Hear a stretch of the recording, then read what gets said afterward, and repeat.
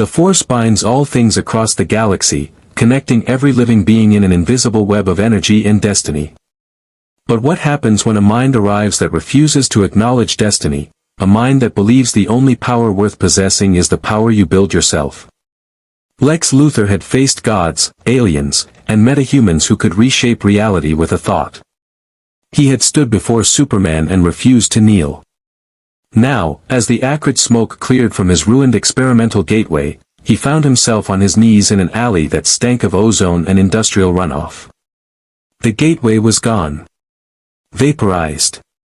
And with it, LexCorp, his fortune, his resources, his meticulously constructed empire.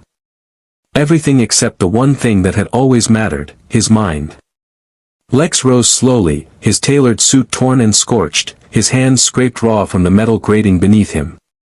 Above, impossibly tall structures pierced a sky choked with traffic, speeders, he would later learn to call them, weaving between buildings in patterns that would have paralyzed Earth's air traffic controllers with terror. The architecture was simultaneously ancient and futuristic, organic curves meeting industrial pragmatism in ways that suggested millennia of development. This wasn't Earth.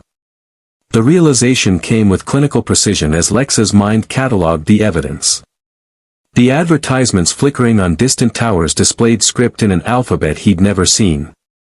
The crowds moving through elevated walkways 50 stories above showed a dozen species, humanoids with blue skin, creatures with tentacles where faces should be, others that defied terrestrial taxonomy entirely.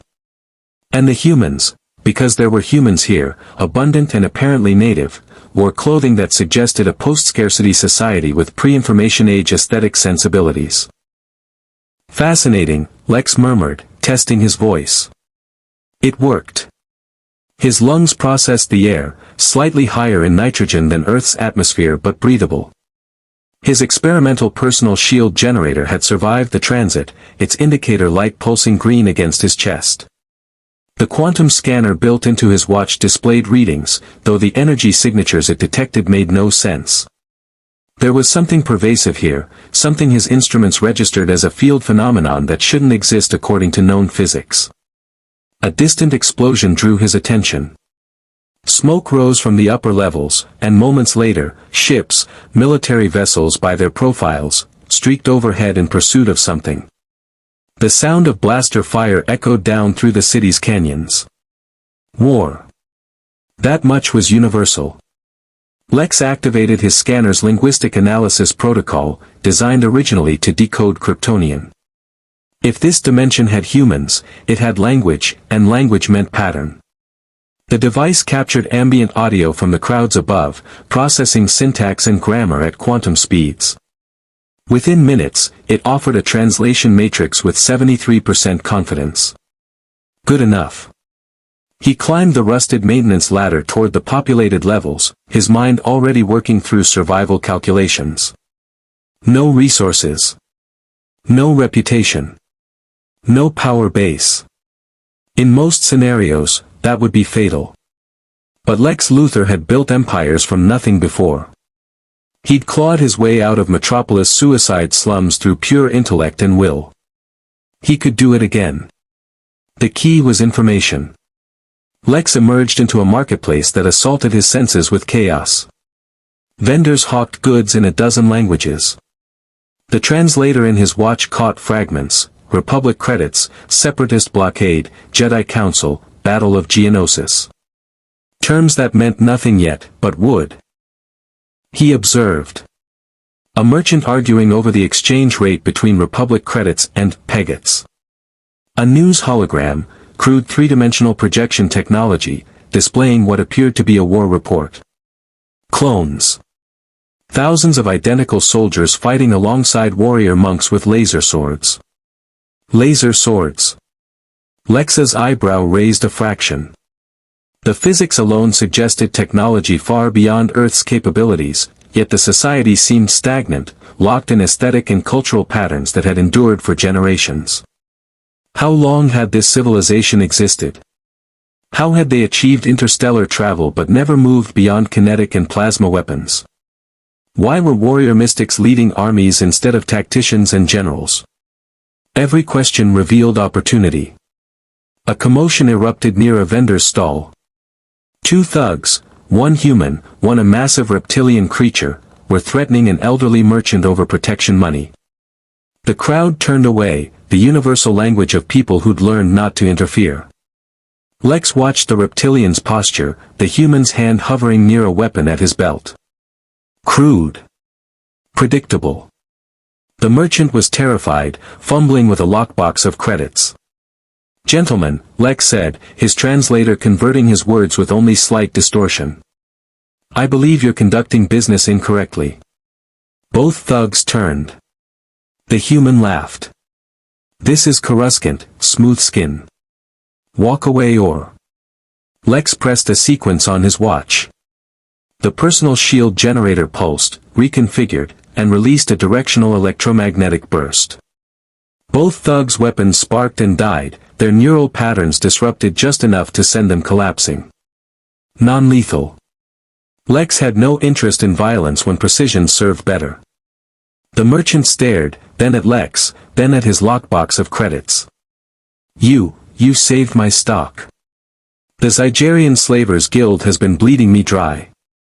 How can I repay you?" Lex smiled. It was the smile that had closed billion-dollar deals and toppled governments. "Information," he said. "And perhaps an introduction to your more entrepreneurial associates. You see, I'm new to Coruscant, and I have technologies that might interest parties invested in the current conflict." The merchant's eyes widened with understanding. In every galaxy, apparently, there were those who recognized opportunity when a dangerous man offered it. "The war," the merchant whispered. "You want to sell to the separatists." "I want to sell to whoever has credits," Lex corrected. "The Republic." "The separatists." "Anyone with the wisdom to recognize that this war will be won not by mystics with laser swords, but by those who control the technology that shapes battles." The merchant glanced around nervously, then nodded. "There's an auction tonight. Black market. Military-grade technology. If you can get past security, the kind of people you're looking for will be there." "Security has never been an obstacle," Lex said. "Only a puzzle." As the merchant provided coordinates, Lex's mind was already calculating.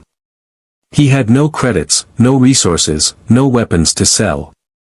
But he had something more valuable, the accumulated scientific knowledge of a civilization that had faced Kryptonian technology, Apocalyptian new god science, and Brainiac's 12th level intellect. This galaxy had stagnated. They'd achieved interstellar travel but never broken past their technological plateau. They relied on this force, these warrior mystics, as a crutch. Lex Luthor would teach them that evolution belonged to those who seized it. If you want to see more characters enter the Star Wars galaxy, hit that subscribe button and drop the name of a character you'd want to see in the comments below. May the Force be with you. The sun set over Coruscant's endless cityscape, casting long shadows through the urban canyons. Somewhere in those shadows, a man who had challenged gods began planning his ascension. The galaxy would never be the same. The black market auction occupied a warehouse in Coruscant's industrial sector, 500 levels below the Senate district where politicians debated while their galaxy burned. Lex had spent 6 hours studying this civilization through public data terminals, absorbing information with the systematic efficiency that had once made him the youngest self-made billionaire in human history. The Galactic Republic, a democratic institution spanning thousands of systems, now locked in civil war against the Confederacy of Independent Systems.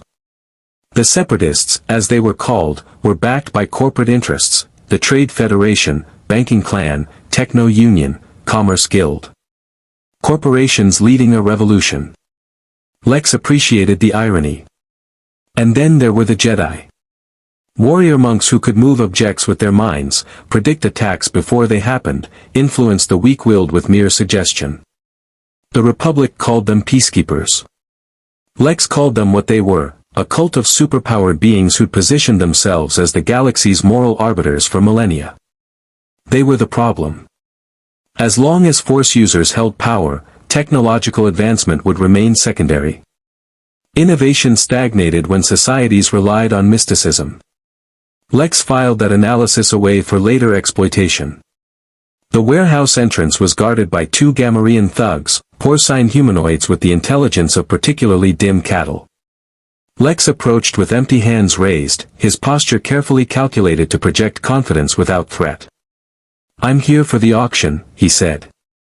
His translator had improved with 6 hours of linguistic sampling. "I was told entry requires either inventory or credits." The larger Gamorrean grunted something that translated roughly as, "both or neither." "I have neither," Lex admitted. "What I have is information that will make your employer very wealthy. Tell him a technology broker from beyond Republic space wishes to discuss weapons applications for cortosis alloy." The Gamorreans exchanged glances. Cortosis, Lex had found references to it in technical databases, was a rare mineral that could short-circuit lightsabers.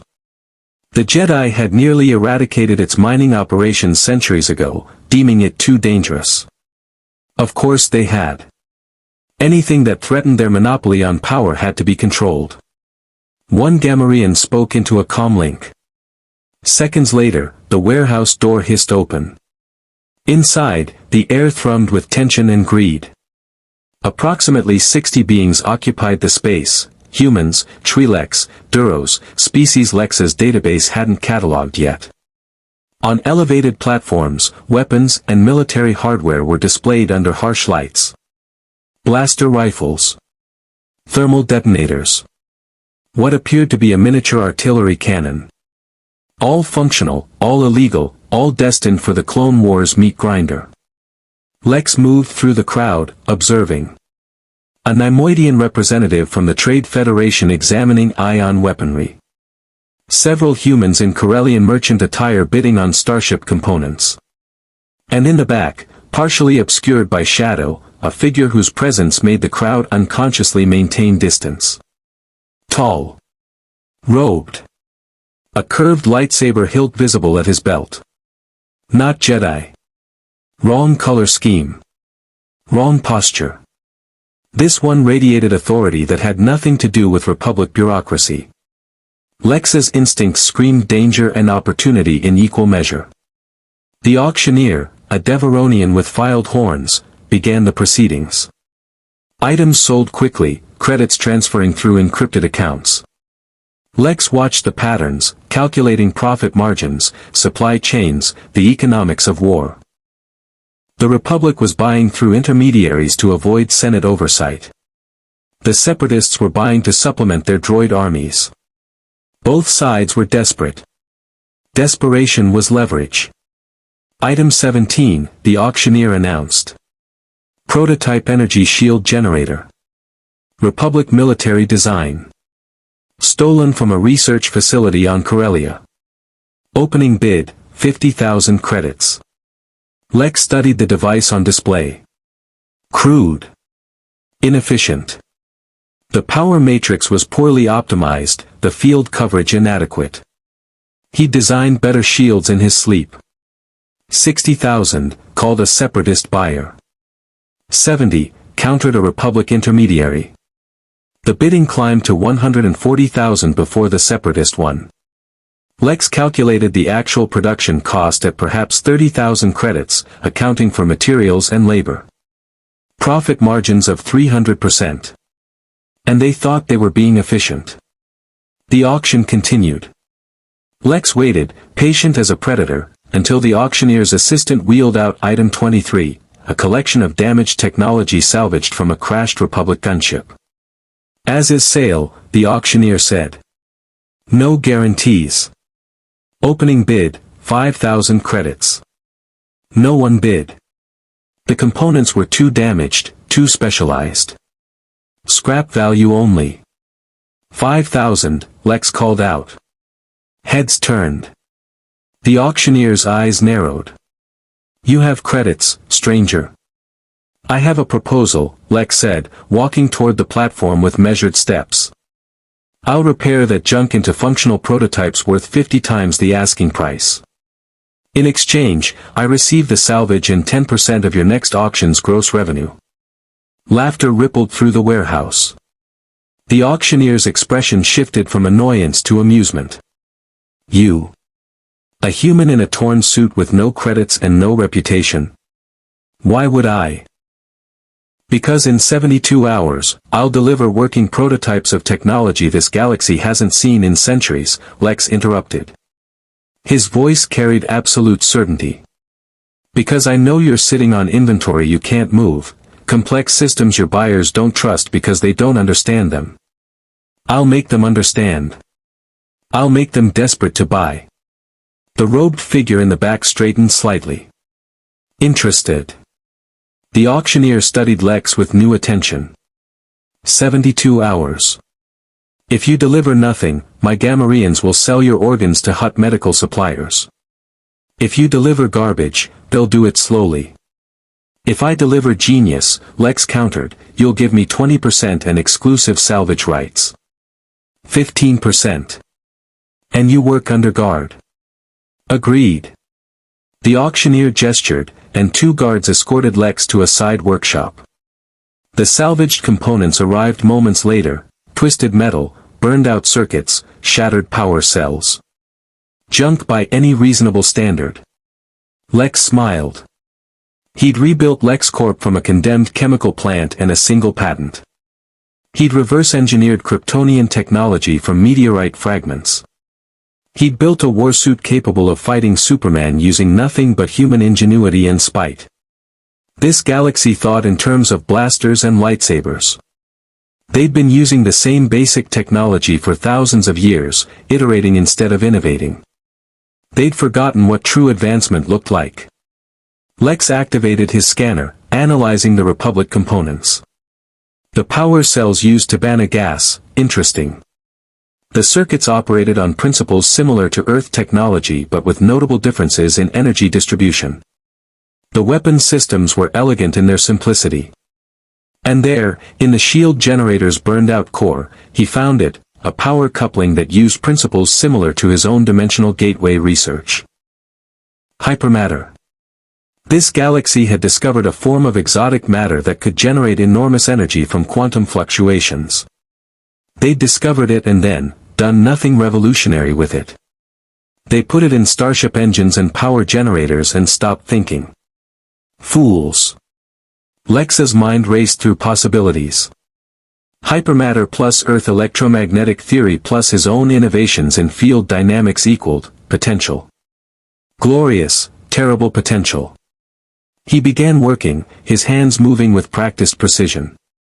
The guards watched, uncomprehending, as Lex disassembled components and began rebuilding them according to principles this galaxy had never considered. 12 hours later, the robed figure from the auction entered the workshop. Up close, Lex could see the being was human, or near human, with aristocratic features, a silver beard, and eyes that held the weight of centuries. The lightsaber at his belt hummed with barely perceptible energy. "You're not from Republic space," the figure said. His voice was cultured, dangerous. "Your technology signatures are unfamiliar." Lex didn't look up from his work. "And you're not a simple arms buyer. That lightsaber curve suggests Makashi form. The dark side variant. Which makes you either a fallen Jedi or something else entirely." The figure's eyebrow raised a fraction. "You recognize lightsaber forms?" "I recognize weapons designed for dueling rather than battlefield combat. I recognize affectation masking lethal efficiency. And I recognize when someone important is testing whether I'm worth their time." Lex finally looked up. "I am. The question is whether you're worth mine." For a long moment, silence filled the workshop. Then the figure smiled, a predator recognizing another predator. "Count Dooku," he introduced himself. "Head of the Confederacy of Independent Systems. And you are?" "Lex Luthor. The man who's going to win your war." Dooku's smile widened. Bold words from someone working in a criminal's warehouse. Accurate words from someone who's already solved your droid army's critical weakness. Lex gestured to the workbench, where a modified power cell now glowed with stable energy. "Your battle droids operate on centralized control signals. Disrupt the control ship, and entire armies become expensive scrap metal. It's a catastrophic strategic vulnerability. Dooku's expression shifted from amusement to sharp focus. The Trade Federation's battle computer system was designed by fools who prioritized cost over capability, Lex finished. Decentralized AI networks. Distributed processing. Autonomous operation with quantum-encrypted coordination protocols. I can give you an army that thinks, adapts, and fights without a control ship vulnerability. In exchange for resources, credits, access to your technology base. And most importantly, Lex met Dooku's eyes with unflinching intensity. Recognition that this war won't be won by Force users. It will be won by those who understand that power comes from here. He tapped his temple, not from mystical energy fields. Something flickered across Dooku's face. Surprise. Recognition. Then it was gone, replaced by calculated interest. You don't believe in the Force. I believe in what I can measure, understand, and exploit. Everything else is superstition dressed in ancient rhetoric. Dooku studied him for another long moment. Then, show me what you've built. Lex activated the modified shield generator. The field that materialized was twice the size of the original, stable, and humming with power that made the guards step back nervously. 72 hours, Lex said. I'll have 3 more prototypes ready. And then, Count Dooku, we should discuss the future of your confederacy. Indeed, Dooku agreed. Perhaps we should. As the Sith Lord departed, Lex returned to his work, his mind already planning 10 moves ahead. The galaxy had Jedi and Sith, Republic and Separatists, mysticism and stagnation. Now it had something new. Something dangerous. It had Lex Luthor. Lex delivered 4 prototypes in 60 hours. The first was an enhanced shield generator that could withstand sustained blaster fire for 3 times the duration of Republic military standards. The second was a targeting computer that used predictive algorithms to compensate for battlefield chaos, child's play for someone who designed systems to track Superman's flight patterns. The third was a power cell that boosted energy output by 40% through more efficient hypermatter channeling. The fourth was insurance. A microscopic transceiver embedded in each device, transmitting technical data and deployment locations directly to a receiver Lex had cobbled together from salvaged components. Information was power. Knowing where his technology went and how it was used gave him leverage over everyone who purchased it. The auction house erupted in bidding wars. The Separatist representatives paid 300,000 credits for the shield generator alone. Republic intermediaries, desperate to understand how their enemies had suddenly acquired superior defensive technology, purchased the targeting computer for twice that amount. Lex's 15% commission translated to 270,000 Republic credits, deposited in an untraceable account the auctioneer's slicer had created for him. More importantly, he now had reputation. Word spread through Coruscant's underworld with viral efficiency, a human technology broker named Luthor who could make miracles from scrap metal. Within 48 hours, Lex received 17 contract offers, 9 requests for private consultations, and 3 death threats from competitors. He ignored 14 of the contracts, accepted 3 that provided access to rare materials, declined the consultations, and sent the coordinates of his would-be assassins to their own clients as proof of his intelligence network. The clients paid him to not share what else he knew about them. Extortion was such an ugly word. Lex preferred strategic information management. With capital secured, he rented a workshop in Coruscant's industrial sector, a legitimate front 3 levels above the black market but 500 levels below Senate scrutiny.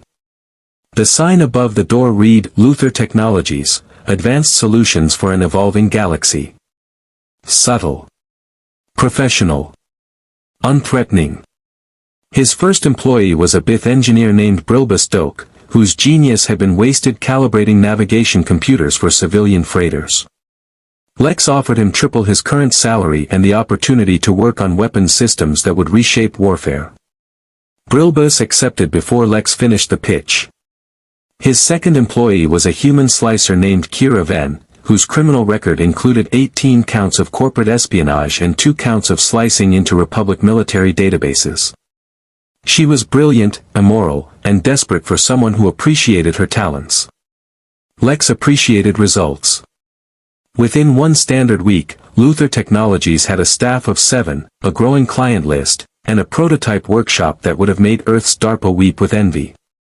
And then Count Dooku returned. The Sith Lord arrived without announcement, walking past Lex's security droids, which suddenly developed convenient malfunctions, as if the facility were his own. He found Lex in the primary workshop, examining holographic schematics of separatist droid architecture. "You've been busy," Dooku observed, his gaze sweeping across the equipment. Impressive for someone who arrived on Coruscant with nothing but hubris and a torn suit. Lex didn't look up from his work. Hubris implies unjustified confidence. "Everything I promised, I delivered." That's called competence. And modesty, it seems, is not among your virtues. Modesty is a virtue for those who have something to be modest about. Lex finally turned, meeting Dooku's eyes. "You didn't come here to critique my personality. You came because you've deployed my shield generators and discovered they perform exactly as advertised. Now you want more." Dooku's expression revealed nothing.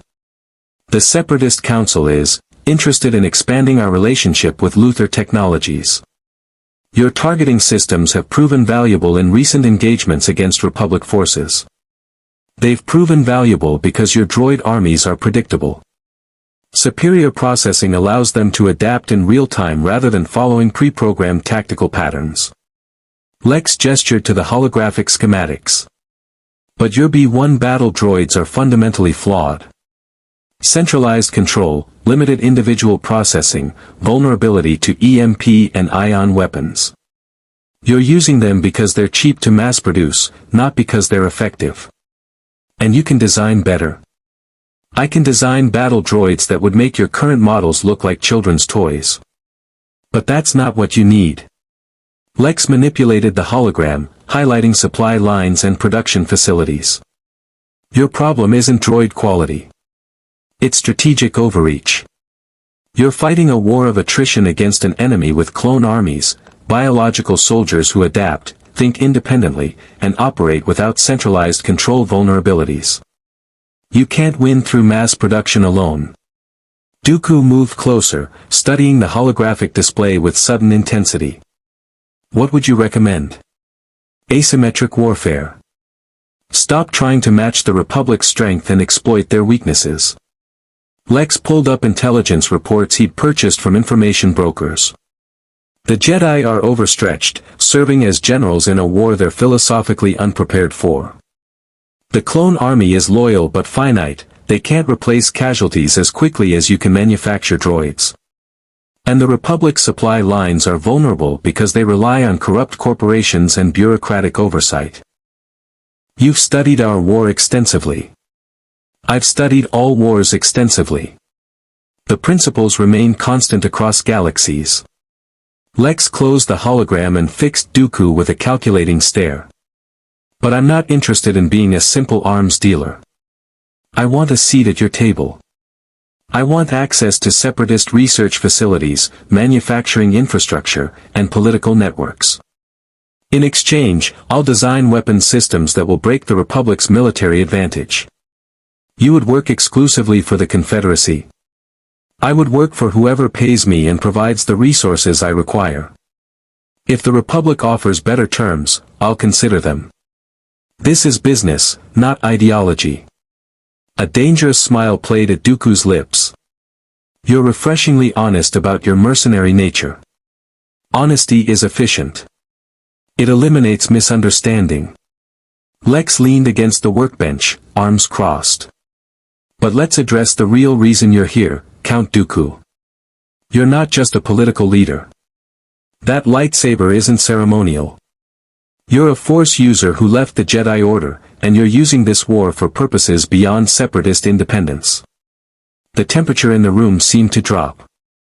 Dooku's hand drifted almost imperceptibly toward his lightsaber. "Careful, Mr. Luthor. You're speculating about matters beyond your understanding. I'm observing patterns, Lex corrected, his voice utterly calm despite the threat radiating from Dooku. The Jedi serve the Republic, but you oppose them. The Separatists are backed by corporations, but someone is coordinating this war with too much precision for it to be organic rebellion. Someone is playing both sides. And if they were, then I'd want to meet them. Because anyone orchestrating a galactic war while remaining invisible possesses exactly the kind of strategic brilliance I respect. Lex's eyes glittered with cold intelligence. I don't care about your mystical force politics. I care about results.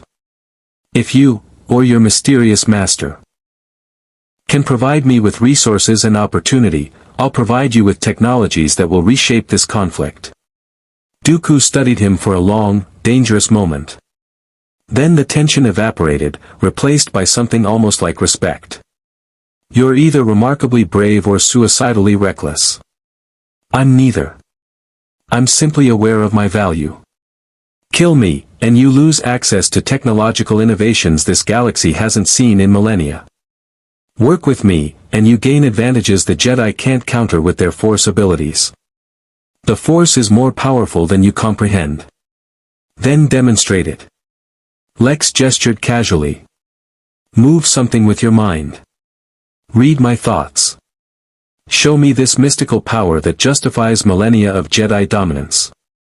Dooku raised one hand. The holographic projector on Lex's workbench lifted into the air, floating effortlessly despite weighing 40 kilograms. It rotated slowly, then returned to its position without a sound. Impressive, Lex admitted. Telekinesis generated through unknown mechanisms. But not unlimited. I've reviewed combat footage. Jedi tire. They can be overwhelmed. They bleed when shot. The Force makes you formidable, not invincible. You speak as if you've faced Force users before. I've faced gods. Literal beings who could reshape reality, move faster than light, hear whispers from across continents. I'm still here. They're not. Lex's voice carried absolute conviction. Power, any power, can be understood, measured, and countered. The Force is just another variable to account for. Dooku's expression shifted through several emotions before settling on grim amusement. You may find the Force more challenging than you anticipate. But your arrogance is refreshing. The Separatist Council meets on Raxus Secundus in 3 standard days. I'll arrange your transportation and introduction. I'll need full access to your technology databases and manufacturing specifications before the meeting. Presumptuous. Prepared. I don't walk into negotiations without understanding every asset at my disposal. Dooku turned toward the exit, then paused. A word of advice, Mr. Luthor. The beings you'll meet on Raxus are not easily impressed. The Trade Federation Viceroy is a coward. The banking clan representative is obsessed with profit. The Techno-Union foreman is paranoid and xenophobic. Convince them you're worth the risk. I've convinced senators, CEOs, and world leaders. Corporate bureaucrats will be simple. And one more thing. Dooku's voice dropped to something colder, more dangerous. There are forces in this galaxy that would see you as a threat. The Jedi will investigate you eventually. When they do, you'll discover that not all power can be countered with technology. Then I'll enjoy the challenge. After Dooku departed, Kira Ven emerged from the back office where she'd been monitoring the conversation. Boss, you just threatened the Sith Lord. Do you have a death wish? I established boundaries and demonstrated value, Lex corrected, returning to his schematics. Dooku respects strength. Weakness would have gotten me killed. Useful partnership keeps me alive and profitable. And the Jedi? When they come? Lex smiled, the expression cold and calculating. Then we'll discover if warrior monks can adapt to fighting an enemy who doesn't rely on the Force. Begin research into cortosis alloy. I want to understand its interaction with lightsabers at the molecular level. That's illegal. The Republic banned cortosis mining centuries ago. The Republic bans many things. We're not bound by their laws. Lex pulled up new schematics, weapon designs that merged Earth military principles with Star Wars technology. The Jedi have relied on force superiority for thousands of years. They've forgotten how to fight enemies who can't be intimidated by mysticism. You're going to start a war with the Jedi Order. No, Lex corrected, his eyes fixed on the holographic display of a galaxy at war. I'm going to prove they're irrelevant. The future belongs to those who build it, not those who claim mystical mandate. Kira stared at him for a moment, then shook her head. You're either going to change everything or get us all killed. Often, Lex said quietly, those outcomes are identical. 3 days later, Lex Luthor boarded a separatist transport bound for Raxus Secundus, carrying data files that would reshape the Clone Wars and a mind that refused to acknowledge limits. The galaxy was about to learn what happened when human ambition met Force user complacency. It wouldn't be prepared for the answer. Raxus Secundus was a monument to industrial excess. The planet's surface bore the scars of centuries of manufacturing, sprawling factories, refineries that belched processed atmosphere into bruised skies, and corporate towers that declared wealth through sheer architectural intimidation. It was the separatist confederacy's heart, where corporate interests had transformed rebellion into profit margins. Lex found it beautiful. The separatist council chambers occupied the summit of the tallest structure, a cathedral to capitalism where holographic displays tracked stock values alongside casualty reports. Lex entered flanked by Count Dooku, his presence drawing immediate attention from the assembled corporate leadership. Newt Gunray, Viceroy of the Trade Federation, was exactly as Dooku had described, a Neimoidian whose nervous mannerisms betrayed a coward's survival instincts. Sandhill of the banking clan radiated calculated greed behind a veneer of Mun sophistication. Wat Tambor, foreman of the Techno Union, wore a pressure suit and vocoder that transformed his speech into mechanized threats. Panuto of the Hypercommunications Cartel, Shumai of the Commerce Guild, and Pascal Argent of the Corporate Alliance completed the assembly. These beings commanded armies. They controlled economies. They financed the war that was tearing the Republic apart. And they were all looking at Lex with varying degrees of suspicion and contempt. Count Dooku, Gunray's reedy voice carried across the chamber. You've brought a human to our council. This is most irregular. This human, Dooku replied with measured authority, has provided technological innovations that gave us victory at Jarnalin Station and prevented Republic forces from securing the Hydian Way. Mr. Luthor, demonstrate your value to our esteemed council. Lex stepped forward, his movements confident without being aggressive. He'd worn his reconstructed suit, cleaned, repaired, projecting calculated professionalism. No weapons. No obvious threats. Just intellect and the data pad in his hand. Gentlemen, ladies, Lex began, his voice carrying the same tone that had once addressed LexCorp shareholders. You're losing this war. Immediate outrage erupted. Tambor's vocoder screeched protest. Sandhill's elongated features twisted with indignation. Even Dooku's eyebrow raised a fraction. Lex continued as if he hadn't spoken heresy. You possess superior numbers, manufacturing capacity, and strategic positioning. Yet the Republic continues to hold core worlds, maintain supply lines, and resist your advances. Why? Because you're fighting the wrong war. The Republic has clone armies and Jedi commanders, Gunray protested. We cannot simply. The Republic has approximately 3 million clone troopers across the entire galaxy, Lex interrupted, pulling up holographic statistics he'd compiled from intelligence reports.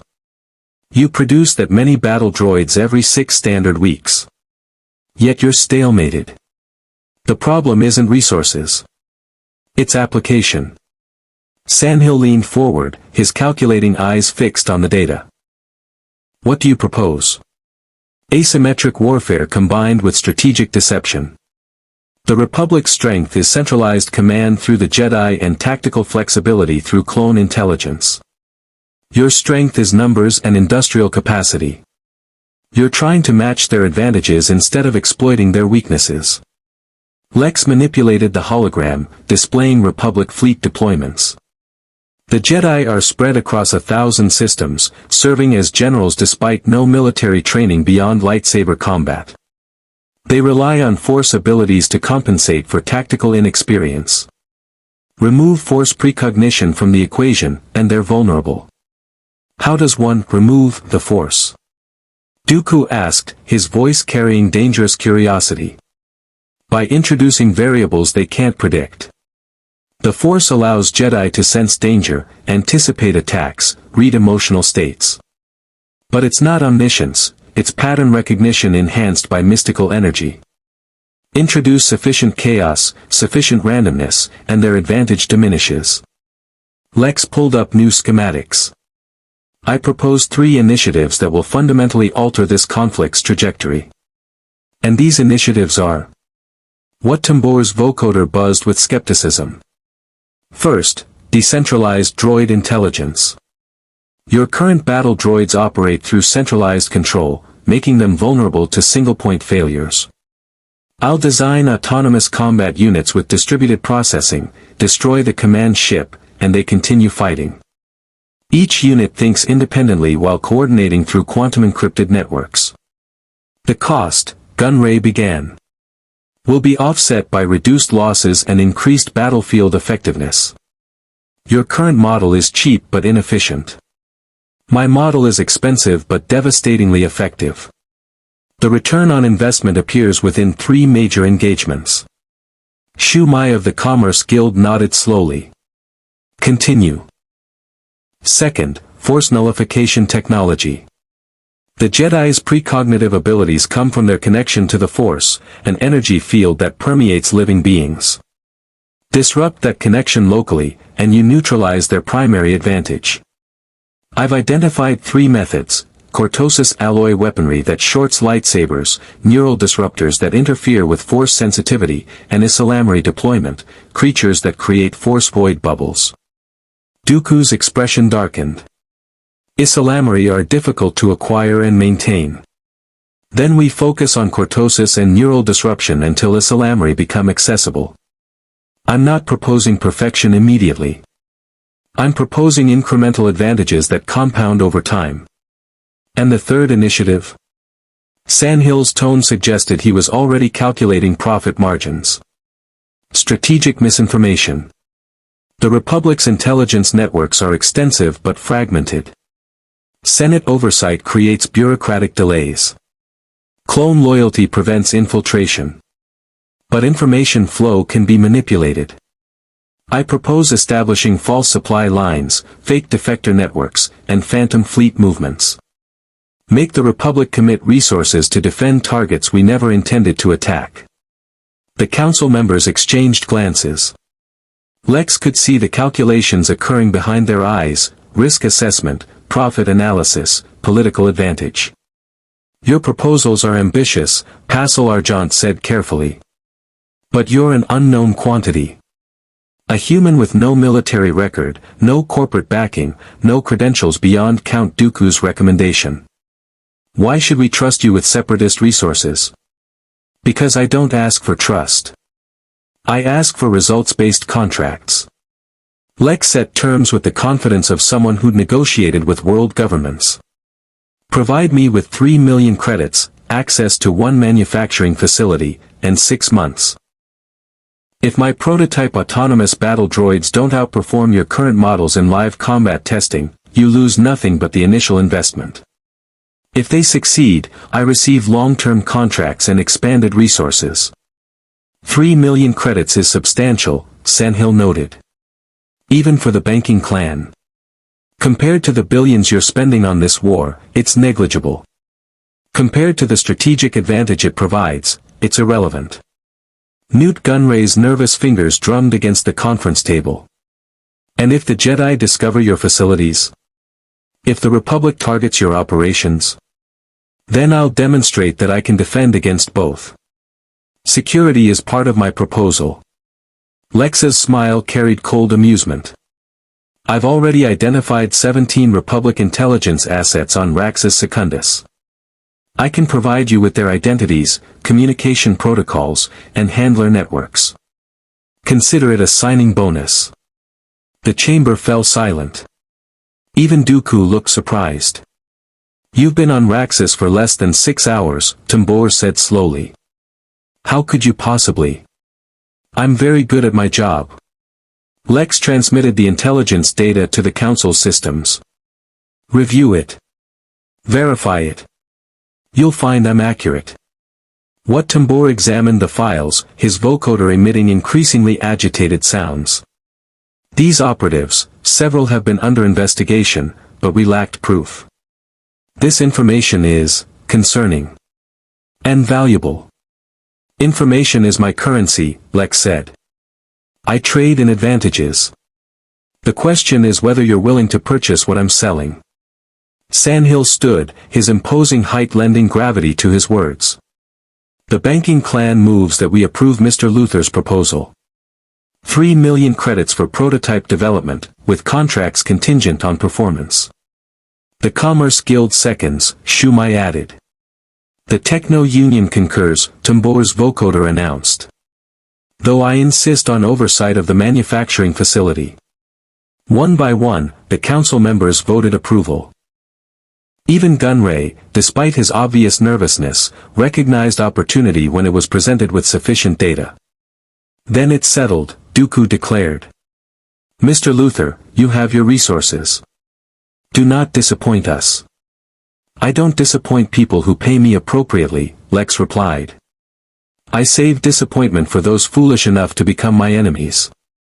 The meeting adjourned. As the council members departed to coordinate their respective corporate interests, Dooku gestured for Lex to remain. You knew about those Republic intelligence assets before arriving, the Sith Lord observed. How? I hired information brokers the moment I secured funding on Coruscant. Then I cross-referenced communication patterns, financial transactions, and behavioral anomalies.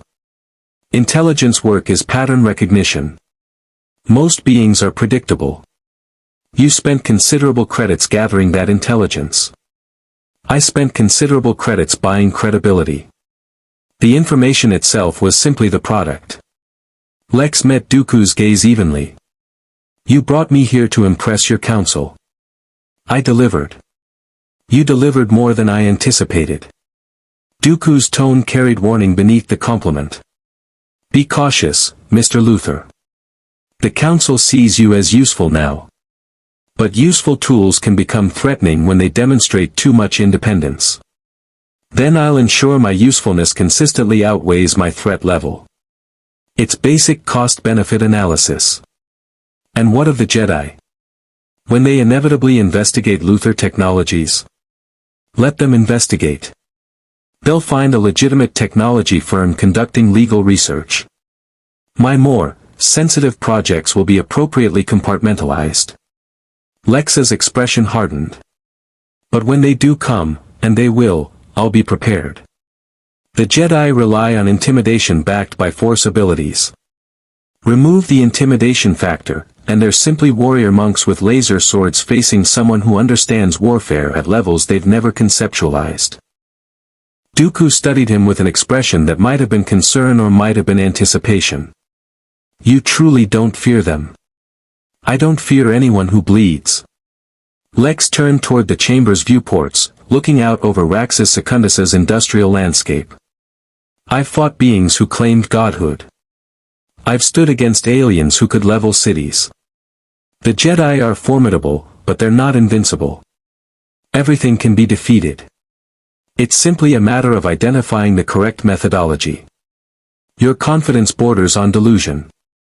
My confidence is based on evidence. The Jedi have been the galaxy's dominant force user organization for millennia, yet they're losing a war against corporations and battle droids. That suggests exploitable weakness. Lex glanced back at Dooku.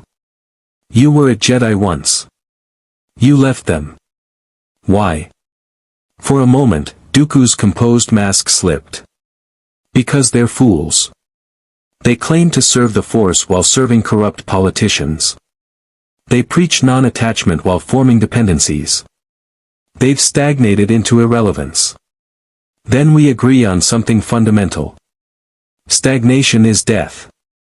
Evolution is survival. Lex extended his hand. I'll deliver your autonomous battle droids within 6 months. But understand, my ultimate goal isn't serving the Separatists or the Republic. It's proving that technology and intellect surpass mysticism and tradition. Dooku clasped Lex's hand briefly. Then perhaps, Mr. Luthor, you and I have more in common than either of us anticipated. As Lex departed the council chambers to inspect his new manufacturing facility, he allowed himself a moment of satisfaction. 3 million credits. Industrial infrastructure. Corporate backing. Political connections. And most importantly, he'd established himself as indispensable. On Earth, Lex Luthor had built empires. Here, in a galaxy far from home, he would build something greater. He would build proof that humanity, pure, unenhanced, unmystical humanity, could reshape entire civilizations through nothing but brilliance and will. The Jedi wouldn't know what hit them until it was far too late. The Jedi Temple on Coruscant rose above the planet's endless cityscape like a monument to ancient authority, 5 towering spires reaching toward the sky, proclaiming millennia of unbroken tradition. Inside its halls, the Jedi Council convened in their characteristic circle, debating a matter that had recently captured their attention. Troubling, these reports are, Master Yoda said, his ancient eyes narrowed in contemplation. A human named Luthor, connections to Separatist leadership, he has developed. Mace Windu consulted the holographic display hovering between them. Intelligence from Coruscant security indicates this Luthor appeared approximately 3 standard weeks ago. No records before that date. No identification. No registered homeworld. A spy, perhaps? Plo Koon suggested. The Separatists could have inserted an agent with fabricated technology credentials. The technology isn't fabricated, Ki-Adi-Mundi countered, his elongated head tilting thoughtfully. Republic forces encountered new Separatist shield generators during the engagement at Jarnalin. Our weapons were significantly less effective than tactical projections predicted. The technology was sophisticated. Beyond typical Separatist innovation.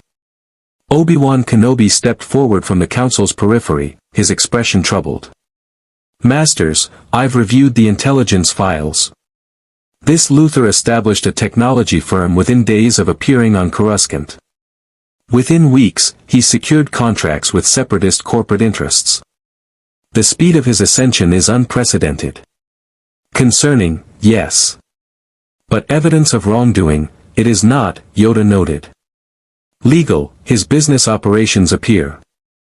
Jedi investigators to harass legitimate merchants, we cannot send. With respect, Master Yoda, Mace Windu said carefully, the timing is suspicious. A mysterious human appears during wartime, immediately develops connections to our enemies, and provides them with superior technology. At minimum, this warrants investigation. Then investigate we shall, Yoda conceded. Master Kenobi, to Coruscant you will go. This Luthor, observe him. The Force, trust. If darkness surrounds him, reveal itself it will. Obi-Wan bowed. Yes, Master. 3 days later, Obi-Wan Kenobi stood outside Luthor Technologies, studying the facility with Jedi senses extended. The building itself was unremarkable, standard industrial architecture, legal permits displayed prominently, security measures appropriate for a technology firm. No obvious darkness. No sense of immediate danger. Yet something felt wrong. Not dark side presence. Not Force corruption. Simply an absence, as if the Force itself hesitated around this place. Obi-Wan entered through the main entrance, approaching a reception desk staffed by a human woman with sharp eyes and sharper instincts. Can I help you? Kira Ven asked, her tone professionally neutral despite recognizing Jedi robes immediately. I'm Jedi Master Obi-Wan Kenobi.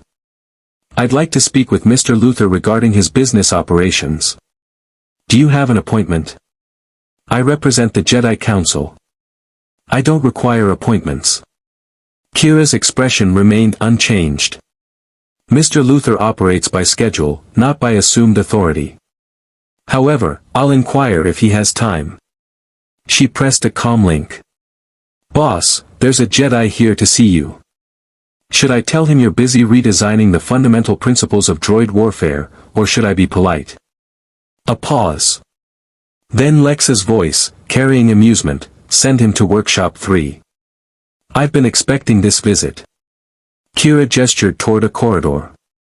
Third door on the left. Try not to disturb the engineers. They're sensitive about interruptions.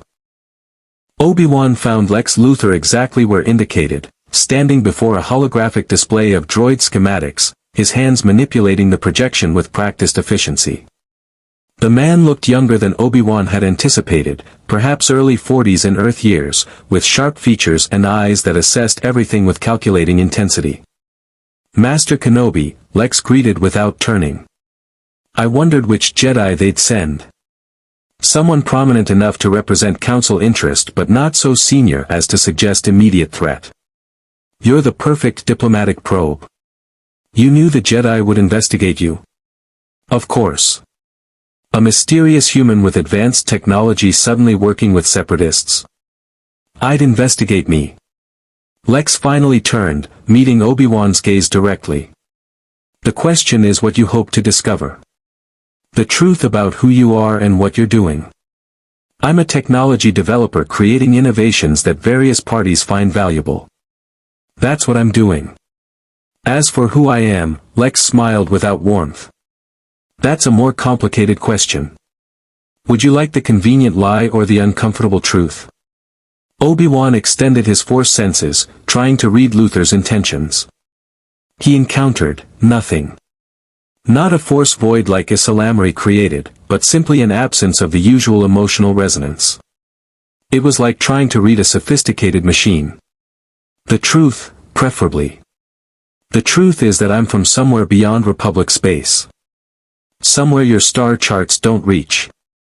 I arrived here through circumstances that don't concern you, and I've established a business because I'm very good at understanding technology and very ambitious about applying it. And your work with the separatists is legal, profitable, and entirely within my rights as an independent contractor. The Republic hasn't declared martial law. Private citizens can sell to whomever they choose. Lex returned his attention to the hologram. Unless the Jedi Order has decided it controls all commerce now. I wasn't aware you'd expanded beyond your traditional role as warrior monks.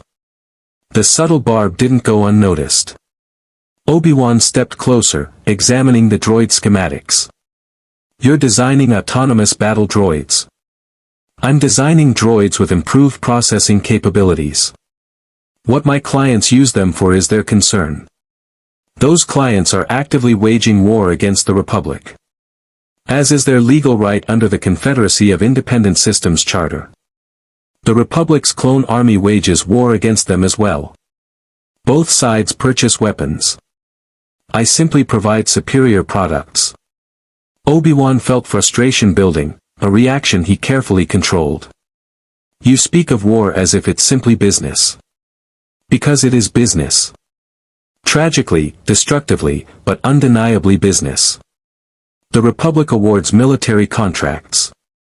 The separatists purchase weapons. Billions of credits exchange hands daily to fuel this conflict. I'm simply one participant among thousands. You could choose not to participate. You could refuse to enable more death. I could, Lex agreed. But then someone else would provide the technology. Someone less ethical, less careful, less concerned with minimizing collateral damage. My designs are precision instruments. Others would create indiscriminate weapons. He finally met Obi-Wan's eyes again. Would you prefer I step aside and let cruder minds shape this war? I would prefer this war ended. Then negotiate peace. The Jedi have that authority, don't they? You serve the Republic's political interests. Convince the Senate to address separatist grievances. End the corruption that drove systems to rebellion. Use your vaunted Force abilities to create diplomatic solutions instead of leading clone armies. The criticism struck deeper than Obi-Wan wanted to admit.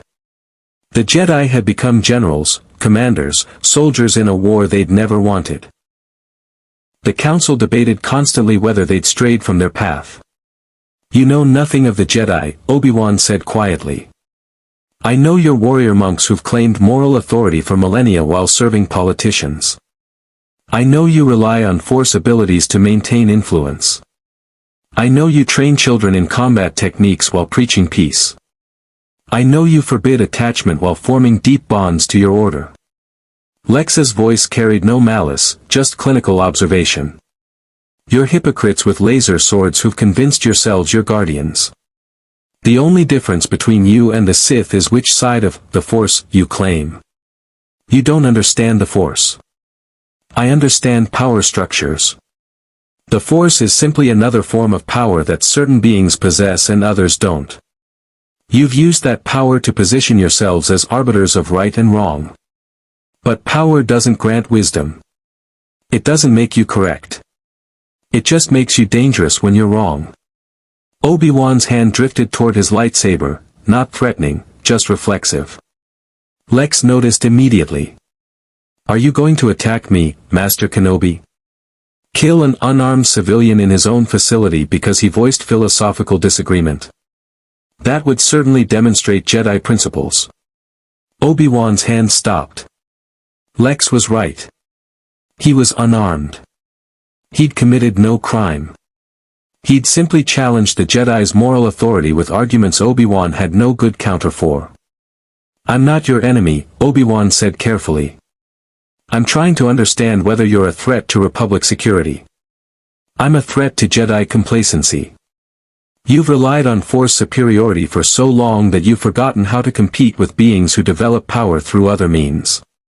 Technology. Intellect. Innovation. Those don't require midichlorians. The Force binds all living things. It's not about superiority. Then why do only Force users lead the Jedi? Why not accept ordinary humans into your ranks? Why maintain this mystical hierarchy?" Lex pulled up new schematics, weapons designs that made Obi-Wan's blood run cold. "The Force is your advantage, and you've built an entire civilization around protecting that advantage. But advantages end when someone develops effective counters. Those are cortosis weapons. They're theoretical designs. Legal to develop. Illegal to deploy in Republic space, but we're not in Republic space. This facility operates under Coruscant's industrial regulations, which permit research into defensive technologies. Cortosis shorts out lightsabers." "Yes.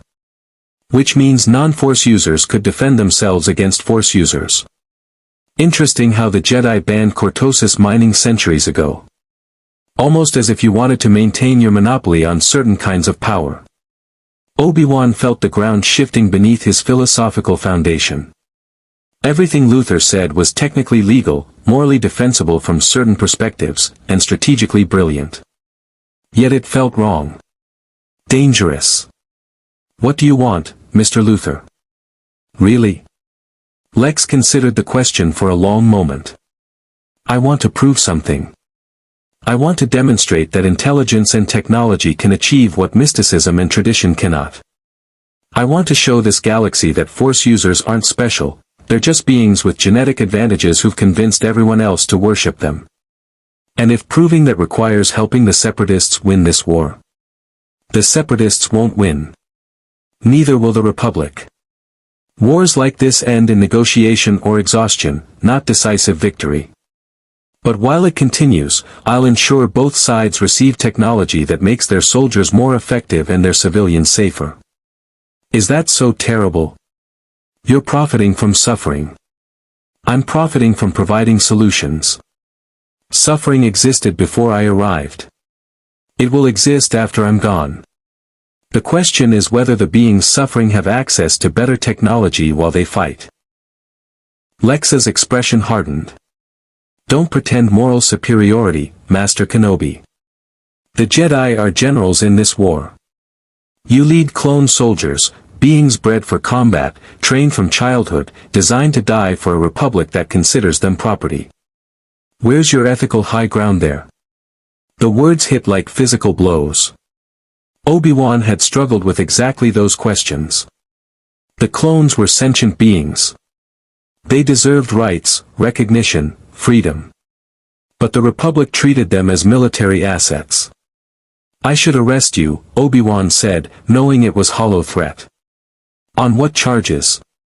I've broken no laws. I've made no threats. I've simply built a business and spoken uncomfortable truths. Lex returned to his work. If you want to arrest me for challenging Jedi philosophy, try it. See how the Senate reacts when Jedi start detaining civilians for ideological disagreement. I suspect Chancellor Palpatine would find that very interesting. Obi-Wan stood frozen, recognizing the trap. Arresting Luthor would validate everything he'd said about Jedi overreach. Not arresting him meant allowing a clear threat to continue operating. I'll be watching you, Obi-Wan finally said. I'd be disappointed if you weren't. Competition makes me sharper. Lex glanced back one final time. Master Kenobi, a genuine question. If technology existed that could neutralize Force abilities temporarily, would the Jedi accept it? Would you allow ordinary beings to defend themselves against Force users on equal terms? That's complicated. It's only complicated because the answer is no. You wouldn't accept it. Because the moment Force users lose their inherent advantage, the Jedi lose their authority. That's why cortosis is banned. That's why you're here investigating me. Not because I'm evil.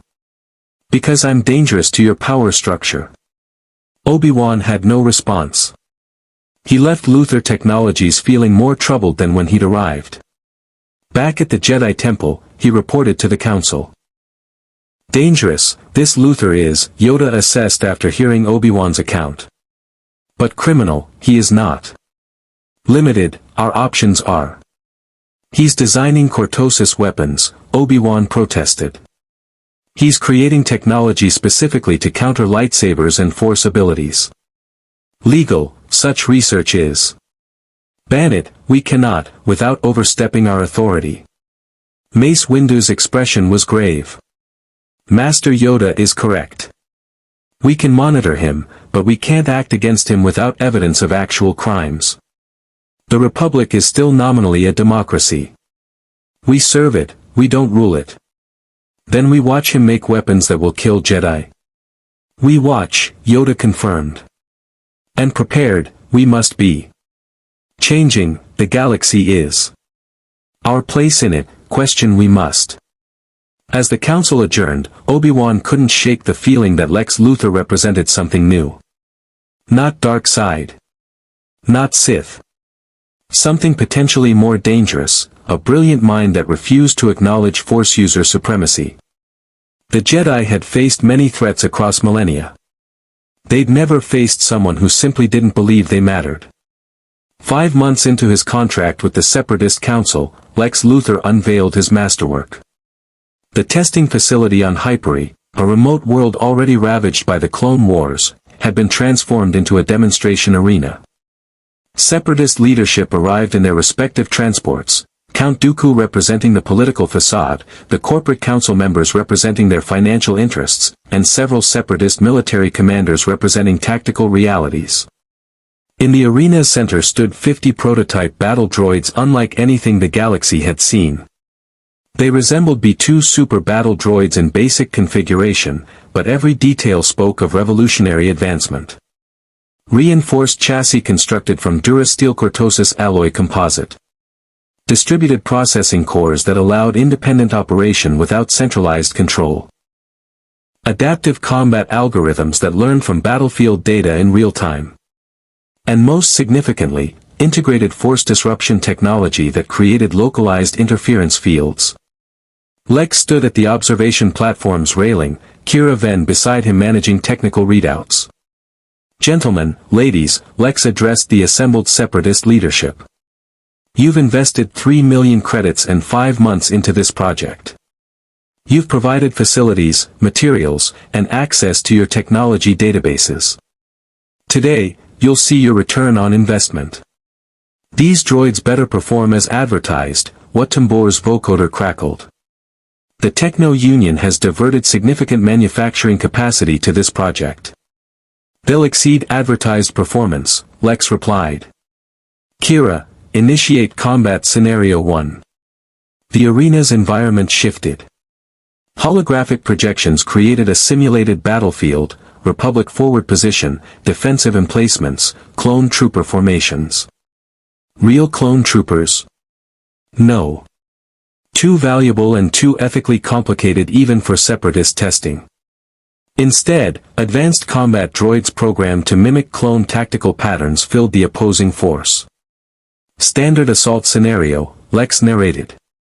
50 prototype units against 125 clone-equivalent defenders with artillery support and air superiority. Begin. The prototype droids moved. Not with the mechanical rigidity of standard battle droids, but with fluid coordination that suggested organic intelligence. They dispersed immediately, establishing overlapping fields of fire while 3 units flanked through terrain that typical droids would have ignored. The defending force opened fire. Blaster bolts that would have shredded B-1 battle droids barely scorched the prototype armor. 8 seconds into the engagement, the prototype droids had eliminated 37 defenders while suffering 0 casualties. The corporate council leaned forward, attention completely captured. Integrated threat assessment, Lex continued. Each unit identifies targets, calculates probability of hit, and coordinates fire to maximize efficiency. No wasted shots. No redundant targeting. Perfect battlefield awareness through distributed sensor networks. The prototype droids pressed the attack. When defenders attempted to concentrate fire, the droids adapted, shifting positions, using terrain, employing suppression tactics that standard battle droids would never consider. 1 unit was damaged by artillery fire. Instead of becoming useless scrap, it immediately transitioned to support mode, providing targeting data to undamaged units while falling back. 90 seconds. The defending force was eliminated with fewer than 20 prototype droid casualties. Impressive, Sandhill admitted. But this is controlled testing. How do they perform against Jedi? An excellent question. Lex gestured to Kira, who initiated the second scenario. The arena environment shifted again. Now a single figure appeared, not a real Jedi, but a sophisticated combat droid programmed with lightsaber techniques and simulated force abilities. It moved with the fluid grace characteristic of Jedi combat, its sensors designed to mimic force precognition. Scenario 2, Lex announced. 25 prototype units against a Jedi-equivalent opponent. The simulation includes precognitive targeting adjustment, enhanced reflexes, and lightsaber deflection capabilities.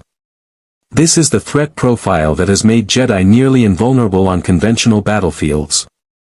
The Jedi simulation ignited its lightsaber, a training blade that couldn't actually harm droids but whose contact would register as successful defense. It moved toward the prototype droids with characteristic confidence. The droids opened fire. The Jedi simulation deflected the first volley with contemptuous ease, its lightsaber blurring through defensive patterns. It advanced, cutting through one droid, then another, demonstrating exactly why Jedi were so devastating in combat. Then the droids adapted. Instead of maintaining sustained fire that could be deflected, they shifted to staggered bursts from multiple angles simultaneously. The Jedi simulation's precognitive algorithm struggled to track threats from 8 different vectors arriving in unpredictable patterns. One bolt slipped through. Then another. The simulation's shields registered impact. Force disruption fields active, Lex narrated. Localized interference that doesn't eliminate force connection completely, that would be too obvious, but introduces enough noise to degrade precognitive accuracy by approximately 40%. The Jedi can still sense danger, but the signal-to-noise ratio makes precise defense significantly harder. The Jedi simulation was now fighting defensively, its movements less assured. The droids pressed their advantage with ruthless efficiency. Crossfire. Flanking. Concentrated volleys that overwhelmed lightsaber defense through pure volume and coordination. The simulation lasted 43 seconds before registering terminal damage. Complete silence filled the observation platform. Count Dooku's expression was unreadable. The corporate council members displayed varying degrees of shock and avarice. The military commanders looked like beings who just witnessed their strategic paradigm shift. "You've created droids that can kill Jedi," Newt Gunray whispered, his voice carrying equal parts horror and fascination. "I've created droids that remove the Jedi's inherent advantages," Lex corrected. "They're still formidable opponents. But they're no longer invincible. A sufficiently coordinated force using these units could overwhelm even a Jedi Master. The Republic will consider this an existential threat," Pascal Argent warned. "They'll prioritize destroying your manufacturing facilities above almost any other target. Then we don't manufacture in obvious locations. We distribute production across multiple facilities, use shell corporations, maintain operational security."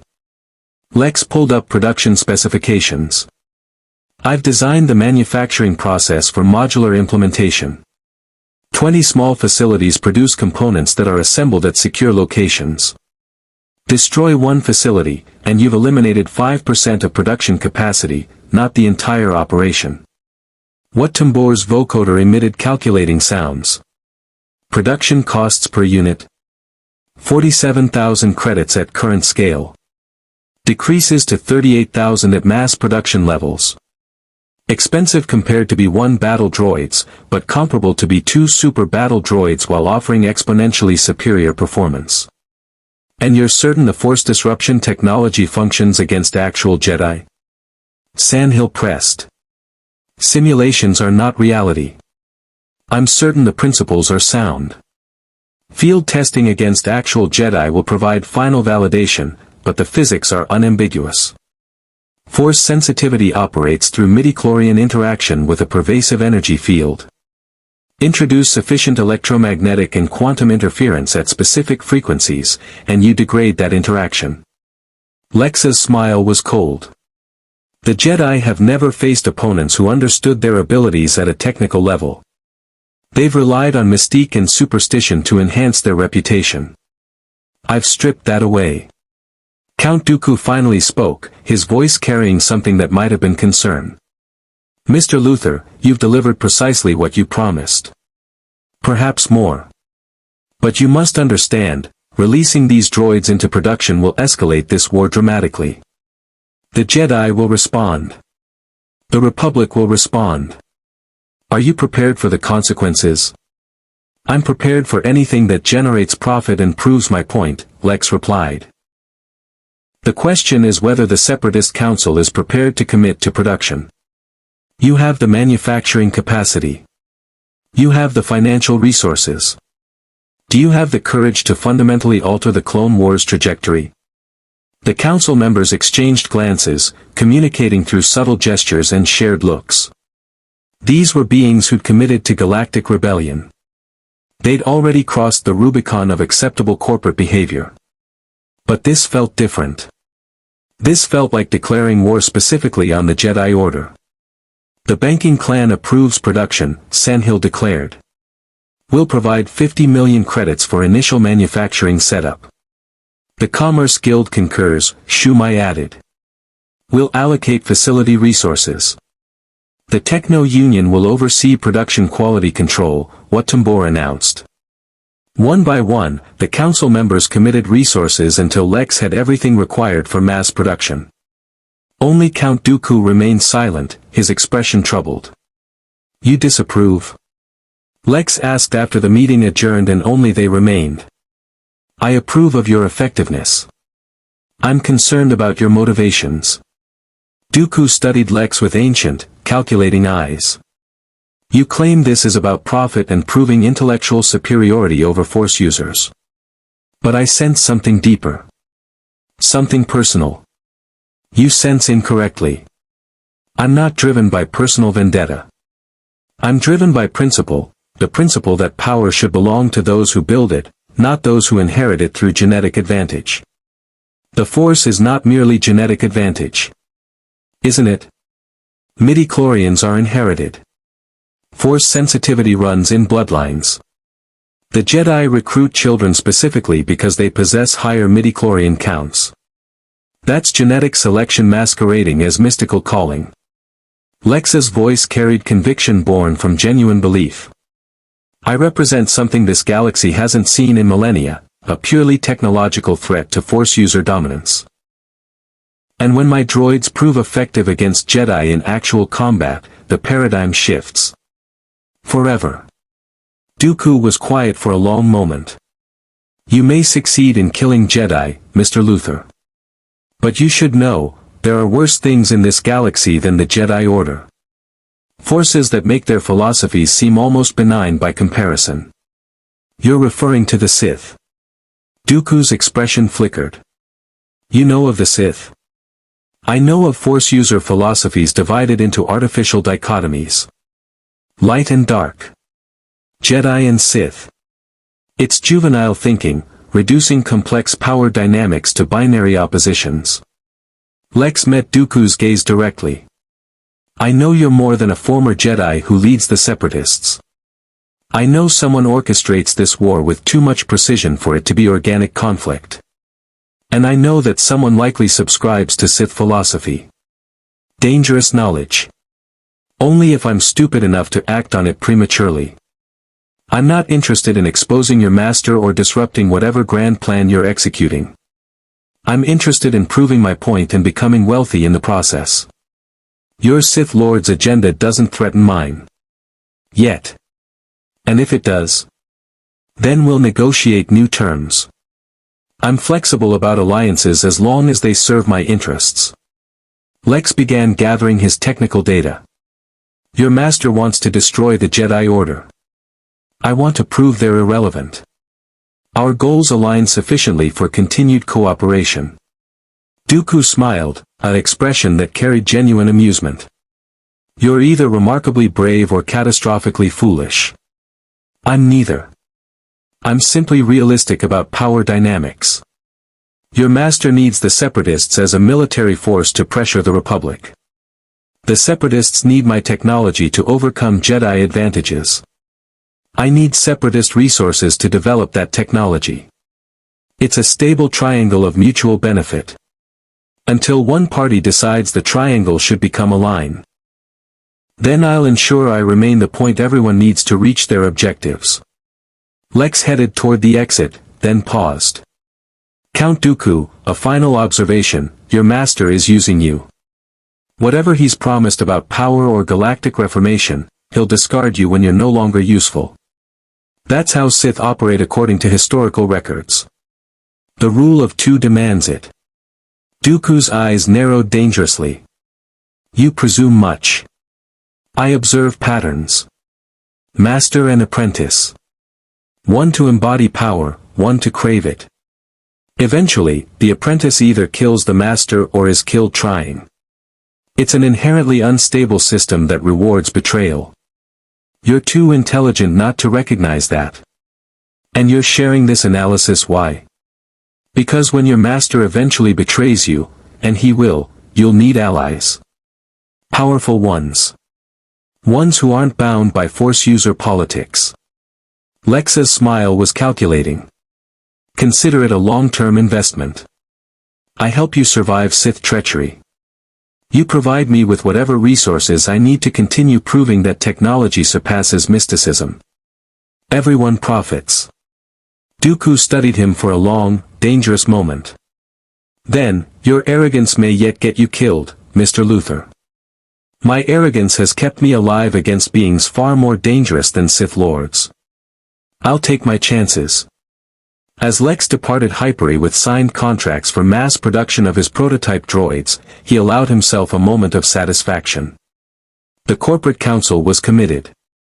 Production would begin within weeks. Within months, thousands of his droids would flood battlefields across the galaxy. And the Jedi Order would learn that their millennia of dominance was ending. Not through dark side corruption. Not through Sith manipulation, but through pure technological advancement guided by the most dangerous thing in any universe, human ambition unrestrained by superstition. The Clone Wars were about to become significantly more interesting. Supreme Chancellor Palpatine's office occupied the summit of the Republic Executive Building, a position that offered panoramic views of Coruscant's endless cityscape. The office itself was decorated with understated elegance, ancient Sith artifacts disguised as cultural antiquities, holoprojections displaying galactic conflicts, and furniture positioned to subtly assert dominance over visitors. Lex Luthor noticed all of it within the first 3 seconds. The meeting had been unexpected. An encrypted transmission delivered through channels that suggested someone with extraordinary access to both Republic and Separatist communication networks. The message was simple: the Chancellor would like to discuss mutual interests. Come alone. Tell no one. Lex had come alone. But Kira knew where he was, and if he didn't transmit an all-clear signal within 2 hours, she'd release data packets that would expose several embarrassing Republic secrets to the holonet. Insurance. Palpatine rose from his desk as Lex entered, a grandfatherly figure with carefully cultivated warmth and eyes that held depths most beings never noticed. Mr. Luthor. Thank you for accepting my invitation. I trust you weren't followed. If I was, they're better than I am. Which would be impressive. Lex studied the Chancellor with the same analytical intensity he'd use examining a complex mechanism. You're risking considerable political capital meeting with someone who supplies the Separatists. I'm meeting with a brilliant mind who's introduced revolutionary technology into our galactic conflict. Whether that technology aids the Separatists is a matter of perspective. Palpatine gestured to a chair. Please, sit. Would you care for Alderaanian wine? I find it helps facilitate honest conversation. I prefer to keep my cognitive functions unimpaired during negotiations. Lex sat, positioning himself to maintain visual access to both exits. What does the Supreme Chancellor of the Galactic Republic want with a technology broker who works for his enemies? Palpatine's smile was disarming. You assume I see the Separatists as enemies. I see them as a problem requiring solutions. Just as I see you as a solution to certain problems. Interesting perspective for someone leading a government at war. War is complicated, Mr. Luthor. It's never truly about the stated objectives. The Clone Wars began over trade disputes and corporate taxation, but they've evolved into something far more significant, a referendum on how this galaxy should be governed. Palpatine moved to the viewport, his silhouette framed against Coruscant's glittering towers. The Republic is 10,000 years old. The Jedi Order is even older. Both institutions have calcified into bureaucratic inefficiency that serves no one well. You're suggesting the war is beneficial. I'm suggesting that crisis reveals truth. The Republic's corruption, the Jedi's overreach, the corporate interests driving separatist rebellion, all of it has been exposed by this conflict. And when the war ends, the galaxy will need to be rebuilt on more solid foundations. Lex processed the implications. You're not trying to end the war quickly. You're using it to consolidate power. Palpatine turned, his expression carefully neutral. I'm ensuring that when peace comes, it will be lasting. That requires eliminating the systemic weaknesses that caused this conflict. He returned to his desk, steepling his fingers. Which brings me to you, Mr. Luthor. You've created droids specifically designed to counter Jedi. Why? Because the Jedi are a strategic vulnerability for anyone who fights against them. The Separatists needed effective counters. I provided them. But you don't actually care about Separatist victory, do you? You care about proving something. Palpatine's voice carried a knowing quality. You care about demonstrating that Force users aren't as special as they believe themselves to be. Lex's expression remained neutral, but internally he recalculated threat assessment. Palpatine was more perceptive than his public persona suggested. Dangerous. The Jedi have maintained dominance through mysticism and genetic advantage for millennia, Lex said carefully. I believe technology and intellect should be the determining factors in galactic power structures. If that belief happens to generate profit while proving correct, so much the better. We're more alike than you realize, Mr. Luthor. Palpatine leaned forward, his eyes glittering with something that might have been genuine interest. I also believe the Jedi's time has passed. Their rigid dogma, their refusal to adapt, their claim to moral authority without accountability, all of it represents everything wrong with the old republic. You lead that republic. I lead its transition into something better. But transitions require careful management. Certain pieces must be positioned precisely. Palpatine pulled up holographic projections, battle reports showing Lex's droids in combat against Republic forces. Your prototype droids have performed admirably in their initial deployments. 3 engagements. 14 Jedi casualties. The Council is deeply concerned. Good. Concern promotes adaptation. Or desperation. Desperate Jedi are dangerous Jedi. Palpatine manipulated the hologram, displaying strategic projections. The Jedi Council is considering direct action against your manufacturing facilities. They're debating whether eliminating your technology is worth violating Republic law regarding corporate property. Let them try. My facilities are distributed, secured, and defended by exactly the kind of technology that makes Jedi vulnerable. Confidence is admirable. Overconfidence is fatal. Palpatine's tone shifted, less grandfatherly, more calculating. I didn't invite you here to warn you, Mr. Luthor. I invited you because I have a proposition. One that could make you far wealthier and more powerful than separatist contracts ever will. I'm listening. Work for me. Exclusively. Provide the Republic with technology that matches or exceeds what you're giving the separatists. Help me position the Republic for victory while simultaneously weakening the Jedi's influence. Lex studied Palpatine carefully. You want me to arm both sides. I want you to ensure the right side wins while the war continues long enough to accomplish necessary restructuring. The separatists must be defeated eventually, but not before the Jedi are sufficiently weakened and the Republic is sufficiently centralized that my reforms can be implemented without resistance. You're planning to dismantle the Jedi Order. I'm planning to save the galaxy from their increasingly disastrous leadership. The Jedi have become generals in a war they don't understand, making decisions that cost millions of lives. They've lost their way. Someone must have the courage to say so and act accordingly. Lex recognized familiar patterns.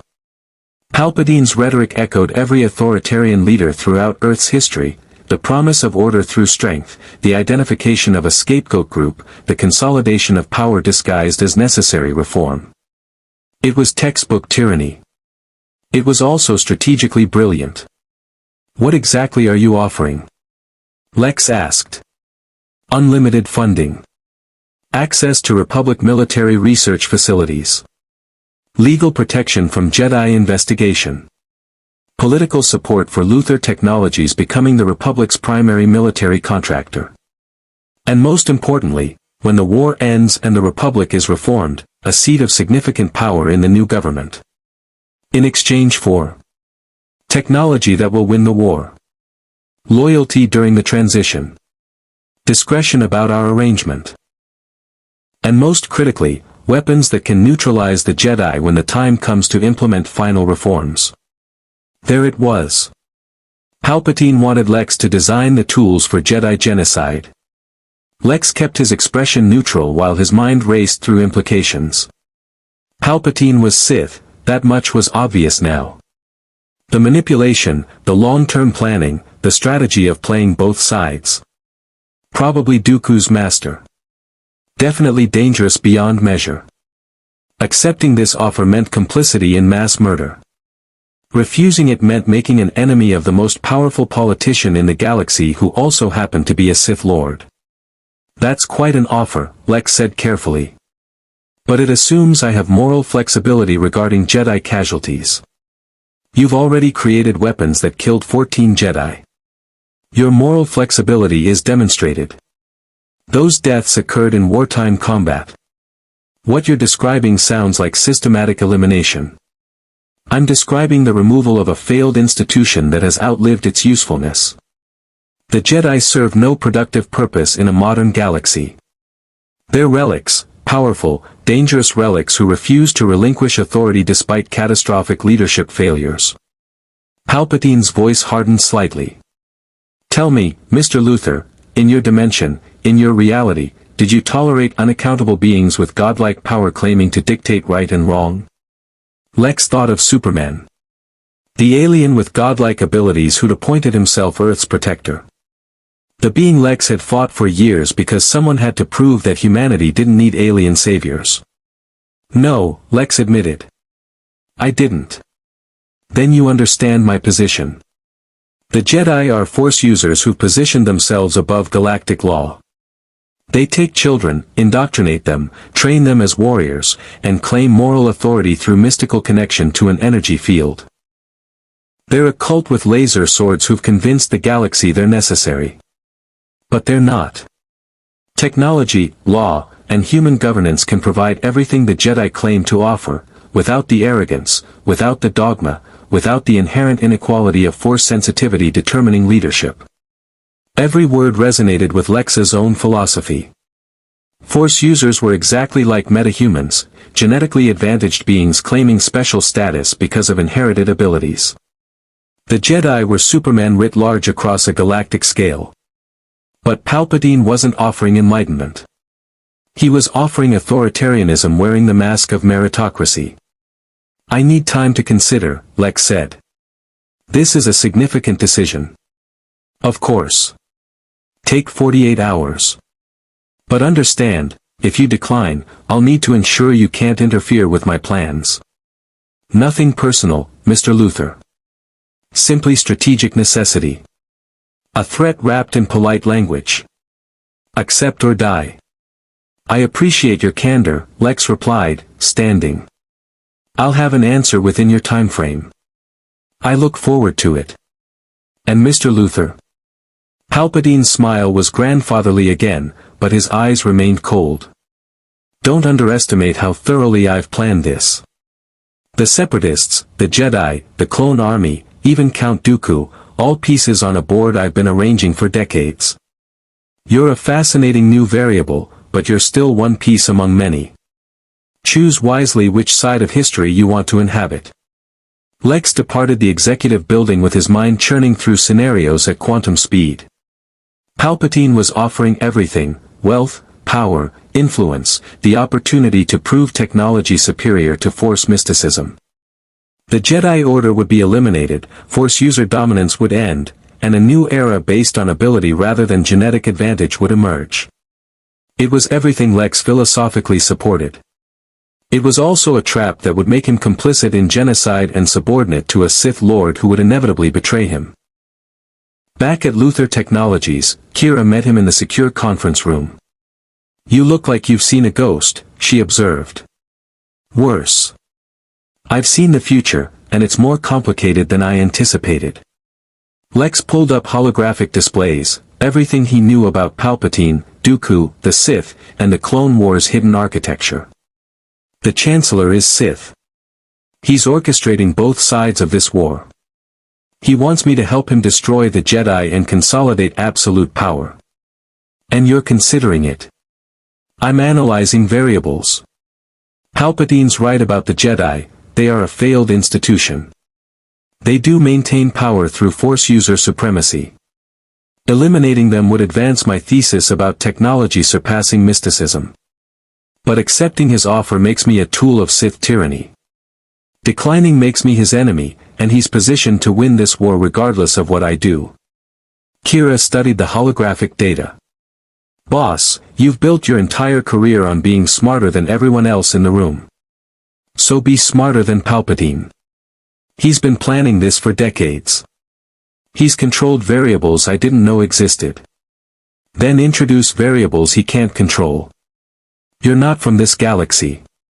You have knowledge and perspectives no one here possesses. Use that. Kira pulled up Lex's prototype designs. Palpatine thinks you're a tool he can exploit or eliminate. Prove him wrong. Build something he can't predict. Lex stared at the designs, his mind shifting through possibilities. Palpatine was playing a complex game, but every game had weaknesses. Every plan had vulnerabilities. The question was whether Lex could identify them before Palpatine forced him into compliance or eliminated him as a threat. "I need to speak with someone," Lex said suddenly. "Someone who might have insights into Force user psychology and Sith strategy." "Who?" "The one Jedi who actually challenged me intellectually instead of relying on Force intimidation." He meant Obi-Wan Kenobi. And what Lex was about to do would either save the galaxy or doom it. Sometimes, the only way to beat a manipulator was to become a bigger one. The meeting location was Lex's choice, a neutral cantina in Coruscant's entertainment district where beings of 1,000 species mingled under dim lights and loud music. Public enough to prevent violence. Crowded enough to prevent surveillance. Anonymous enough that a Jedi and a separatist contractor could speak without immediate consequences. Obi-Wan Kenobi arrived precisely on time, his Jedi robes concealed under a nondescript traveler's cloak. He spotted Lex immediately at a corner booth, 2 untouched drinks on the table between them. "Mr. Luthor," Obi-Wan said, sliding into the seat with practiced wariness. "When you contacted me requesting a meeting, I'll admit I was surprised. The last time we spoke, you seemed quite committed to proving the Jedi irrelevant. I'm still committed to that principle. But principles don't preclude pragmatic alliances when circumstances demand." Lex pushed one drink toward Obi-Wan. "Alderaanian wine. I'm told it's excellent, though I don't drink during negotiations."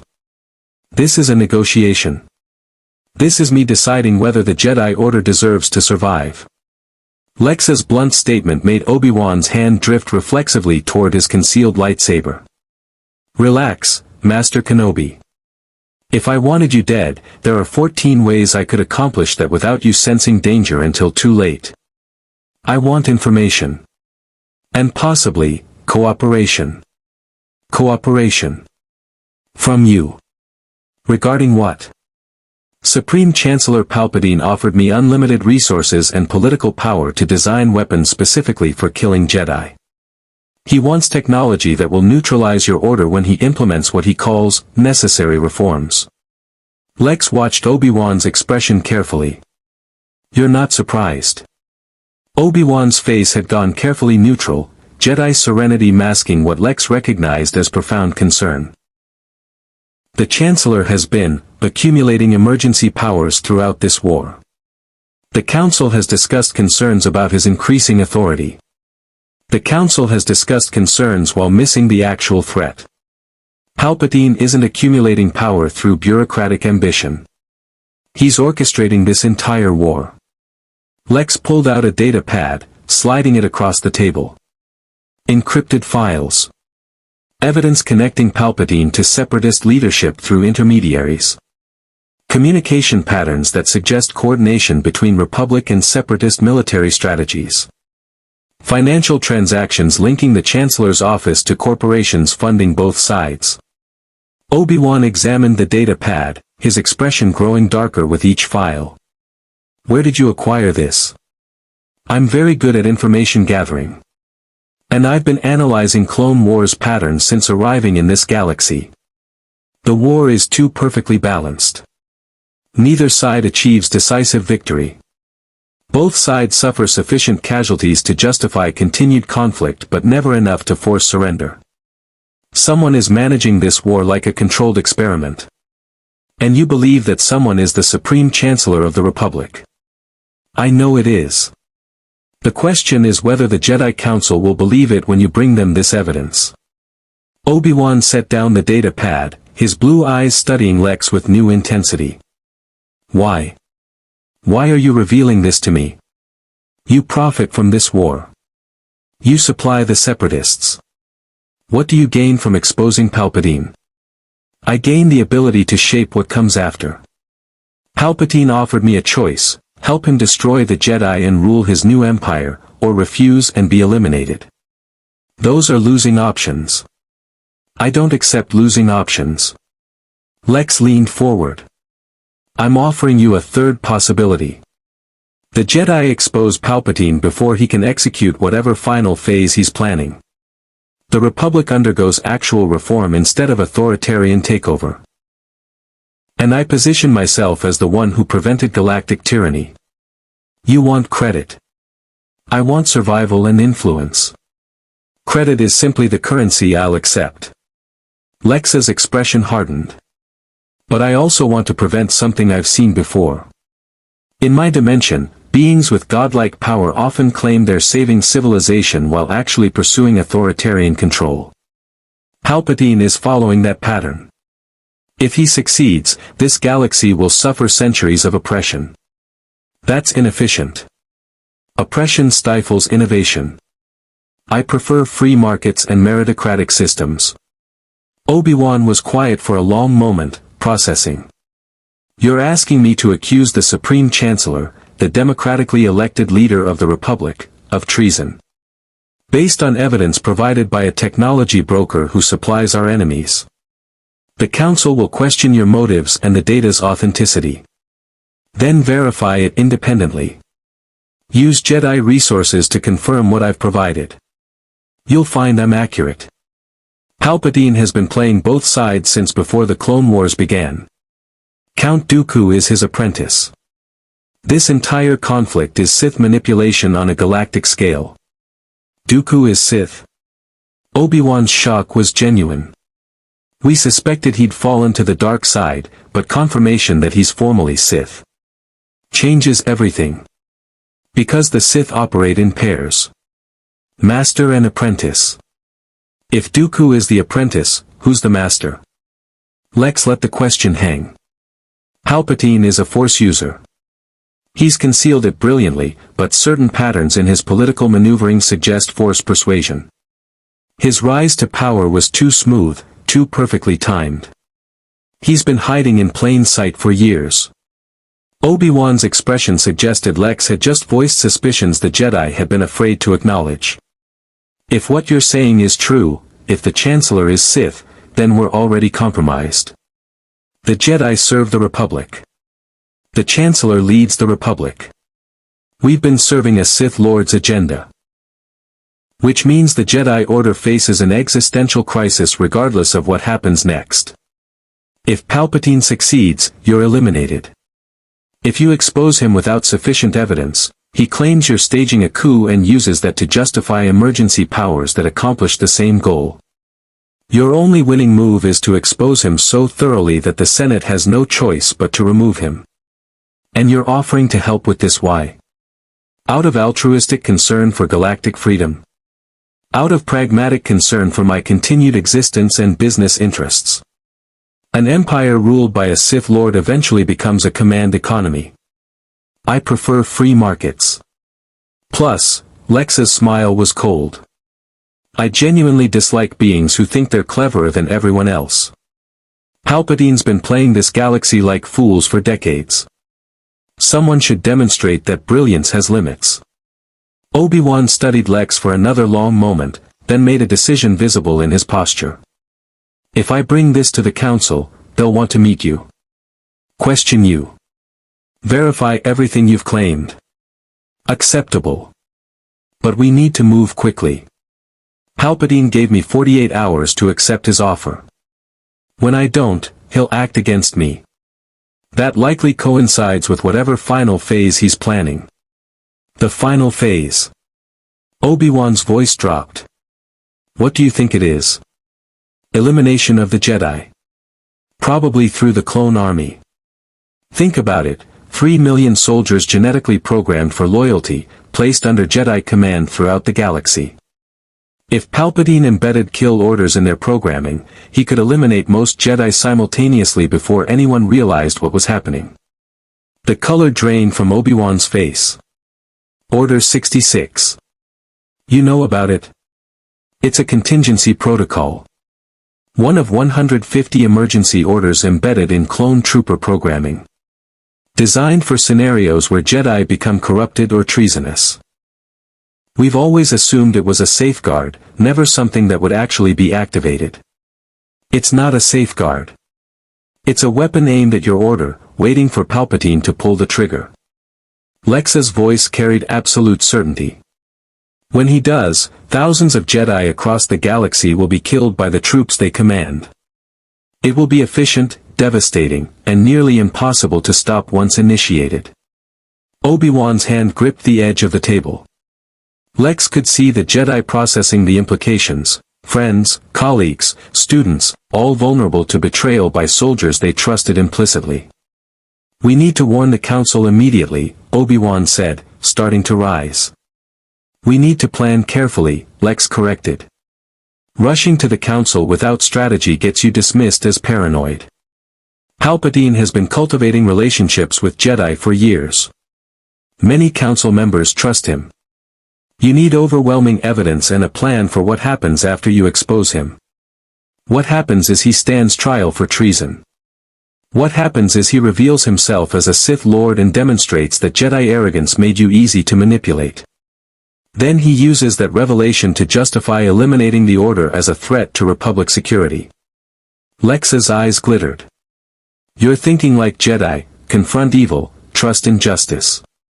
But justice is a luxury available only after you've secured power.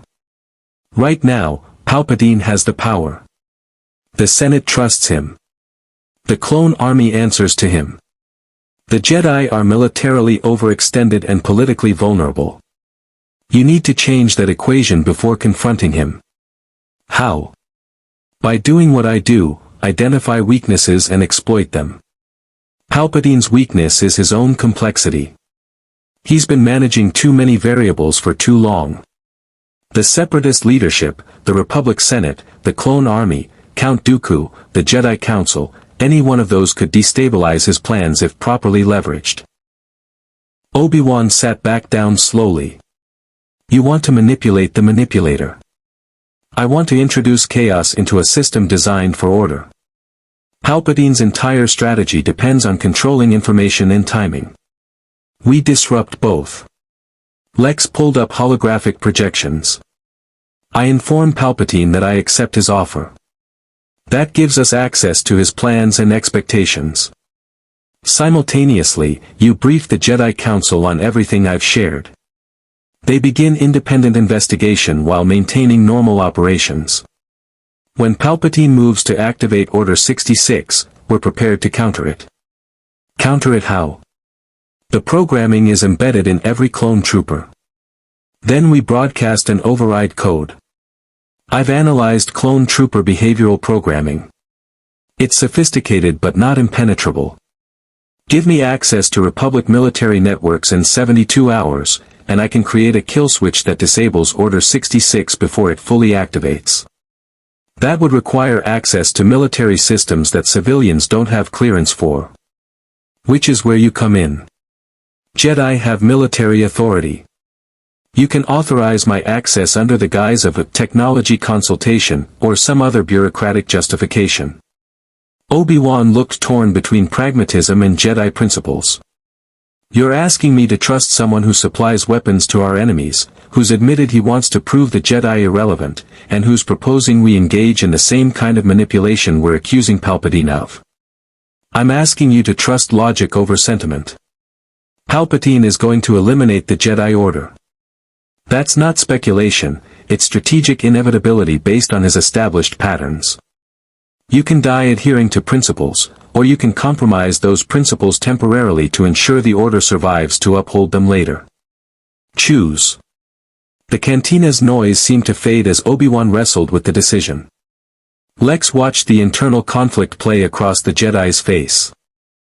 Duty versus pragmatism, trust versus survival, principle versus necessity. Finally, Obi-Wan spoke. "If you're lying. If this is some elaborate scheme to gain access to Republic systems. Then the Jedi will kill me, and I'll have died proving that even genius has limits. But I'm not lying. Palpatine is Sith. He's orchestrating your destruction. And without my help, the Jedi Order will cease to exist within the next standard week." Obi-Wan stood, his decision made.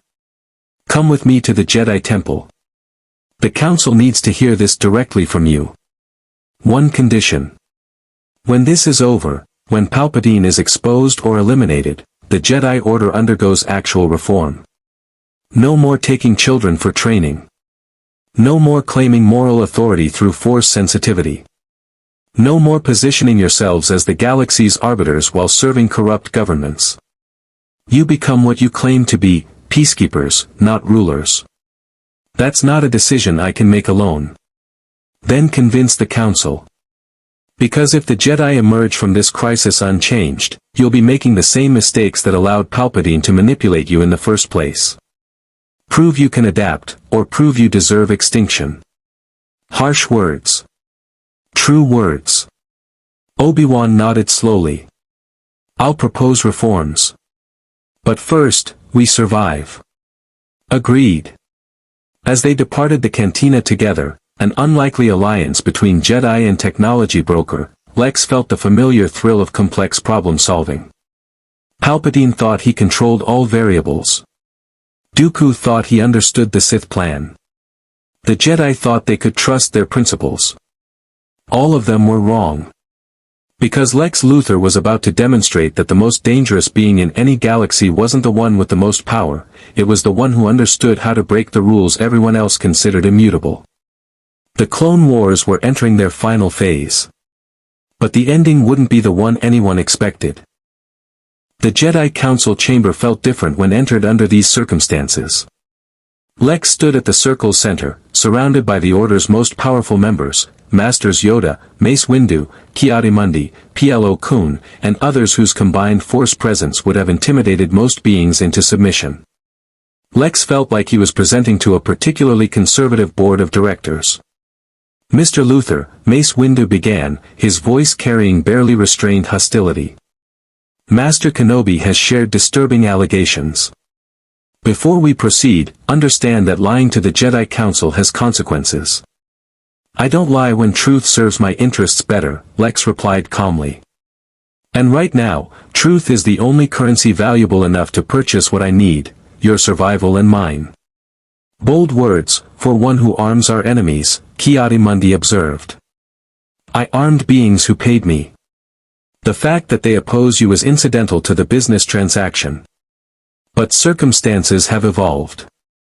Supreme Chancellor Palpatine is a Sith Lord orchestrating both sides of this war. He plans to eliminate the Jedi Order within days. That's no longer incidental, that's an existential threat to my business interests and personal survival. Yoda's ears twitched. Evidence of these claims, you have? Lex transmitted his compiled data to the Council's holographic systems. Financial records. Communication intercepts. Pattern analysis showing impossible coordination between Republic and Separatist military strategies. Behavioral assessments of Palpatine's political maneuvering that suggested forced persuasion. This evidence, Mace Windu studied the displays with growing concern. Is substantial. But it could be fabricated. Then verify it independently. You have 48 hours before Palpatine expects my answer to his offer of alliance. Use that time to confirm what I've provided. Send Jedi investigators to trace these financial networks. Monitor the Chancellor's communications. Apply your force abilities to sense deception during your next interaction with him. We cannot simply spy on the Supreme Chancellor based on a technology broker's accusations, Plo Koon protested. You can if those accusations are accurate. And if you don't, the Jedi Order will be destroyed through a protocol embedded in every clone trooper's programming. Lex pulled up data on Order 66. Contingency Order 66. In the event of Jedi officers acting against the interests of the Republic, said officers should be removed from command by lethal force. It's one of 150 protocols designed for various emergency scenarios. Palpatine has the authority to activate it. The council chamber fell silent. Known about contingency orders, we were, Yoda said slowly. Safeguards against corruption, we believed them to be. They're weapons. Specifically designed to kill Jedi using the soldiers you command. When activated, 3 million clone troopers across the galaxy will simultaneously execute their Jedi commanders. You'll be scattered, outnumbered, and betrayed by troops you trust implicitly. Most of you will die before realizing what's happening. Mace Windu's expression was stone. You seem very certain about Palpatine's intentions. I'm certain about patterns. Sith operate through manipulation and long-term planning. Palpatine has been Chancellor for 13 years, far longer than normal term limits should allow. He's accumulated emergency powers throughout this war. He's positioned himself as indispensable while the Republic becomes increasingly authoritarian. These aren't coincidences. They're strategy.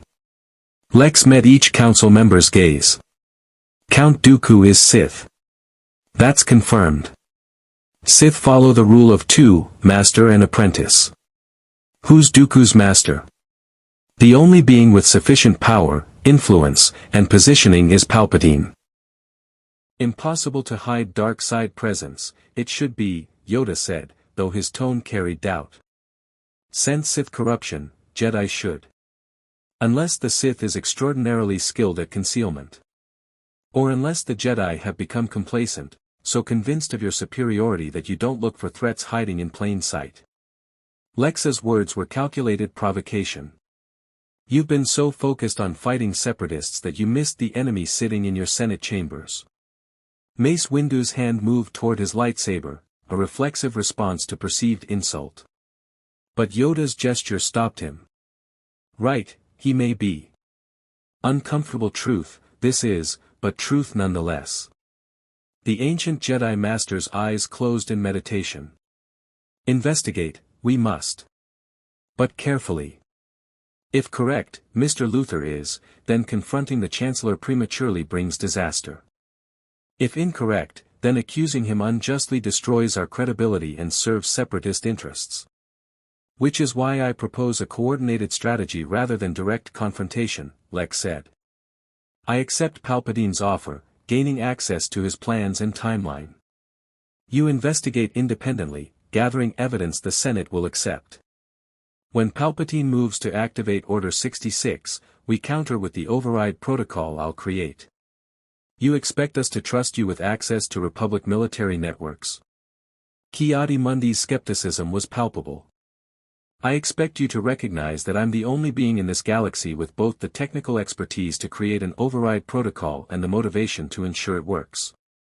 If the Jedi fall, Palpatine eliminates me next as a potential threat. My survival depends on yours. That makes us temporary allies against a common enemy. The council members exchanged glances, communicating through subtle force connections Lex couldn't perceive but could observe through body language. A test, I propose, Yoda finally said. To the Chancellor's office, Master Windu and I will go. An innocent visit, seemingly. But observe him closely, we will. Sense dark side presence, if present it is. If Mr. Luthor's claims have merit, the Force will reveal truth. And if it doesn't? Lex challenged. If Palpatine's concealment is so sophisticated that even Jedi Masters can't sense him, will you dismiss evidence because your mystical abilities failed to confirm it? Mace Windu's jaw clenched. The Force does not fail. The Force is a tool. All tools have limitations. Palpatine has had decades to perfect his concealment. He's anticipated Jedi scrutiny. Your Force senses might tell you he's exactly what he appears to be because that's what he's designed them to perceive. Then what would you have us do? Mace demanded. Accept your accusations without verification. I'd have you think like tacticians instead of mystics. Palpatine's greatest advantage is that no one believes he could be Sith. He's too visible, too politically connected, too seemingly benign. That disbelief is his shield. Penetrate it through investigation, not through Force intuition that he's specifically trained to deceive. Yoda's ears lowered thoughtfully. Wisdom in his words, there may be. Trust the Force, we must, but blind to evidence, we should not be. I'll compile additional data, Obi-Wan offered. Trace the financial networks Mr. Luthor identified. Cross-reference separatist strategic patterns with Republic military deployments. If the war is being coordinated from both sides, analysis will reveal it. And I'll design the Order 66 override, Lex said. With or without your authorization. If you're all killed because of bureaucratic hesitation and mystical arrogance, I'll still need a backup plan. Arrogant, you are, Yoda observed. But wrong, you may not be. Master Kenobi, work with Mr. Luthor, you will. Access to military networks, provide him, but monitored, he will be. Any indication of betrayal, and intervention immediate there will be. Understood, Master. Masters Windu and I, to the Chancellor we will go. Sense his presence in the Force, we will attempt. The rest of you, investigations begin. Quietly. Carefully. If Sith Lord the Chancellor is, then war far more dangerous than we knew, this has become. The Council adjourned with grave expressions. As Lex and Obi-Wan departed, the Jedi spoke quietly. You've just manipulated the Jedi Council into questioning their own leader. If you're wrong about Palpatine, I'm not wrong. Within 3 days, you'll have confirmation. Within 5 days, Palpatine will move against the Jedi. The only question is whether you'll be prepared or whether your Order's last moments will be spent wondering how you missed something so obvious. They arrived at Republic Military Intelligence Headquarters, a facility buried deep within Coruscant's government district. Obi-Wan's credentials granted access to secure terminals. Lex's fingers moved across holographic interfaces with practiced efficiency, his mind processing data streams at speeds that made even advanced computers seem sluggish. The clone trooper programming is sophisticated, Lex muttered, pulling up schematics. Behavioral modification chips implanted during embryonic development. Kamino's cloners built obedience at the neurological level. But programming can be overwritten. Can you actually create an override protocol? I can create anything given sufficient time and resources. The question is whether Palpatine moves before I'm finished. Lex's hands never stopped working. Tell me about Anakin Skywalker. Obi-Wan's expression flickered with surprise. Why do you ask about Anakin? Because Palpatine has been cultivating a relationship with him for years. A powerful young Jedi with emotional vulnerabilities and a tragic past, perfect candidate for corruption. If Palpatine is Sith, Skywalker is probably his intended new apprentice. Anakin would never fall to the dark side. Everyone can fall given the right pressure. What are Skywalker's vulnerabilities? What does he fear? What does he love more than Jedi principles? Obi-Wan was quiet for a long moment. His wife. Padme Amidala. They married secretly despite Jedi prohibition on attachment. He fears losing her more than anything. Then Palpatine will use that fear. He'll offer Skywalker something, power to prevent loss, knowledge to save her, an alternative to Jedi restrictions that have kept them apart. When Order 66 activates, Skywalker will either be the first Jedi killed or the first to turn. You don't know Anakin. His loyalty. Loyalty is flexible when beings you love are threatened. I've seen it countless times across dimensions. Lex finally looked up from his work.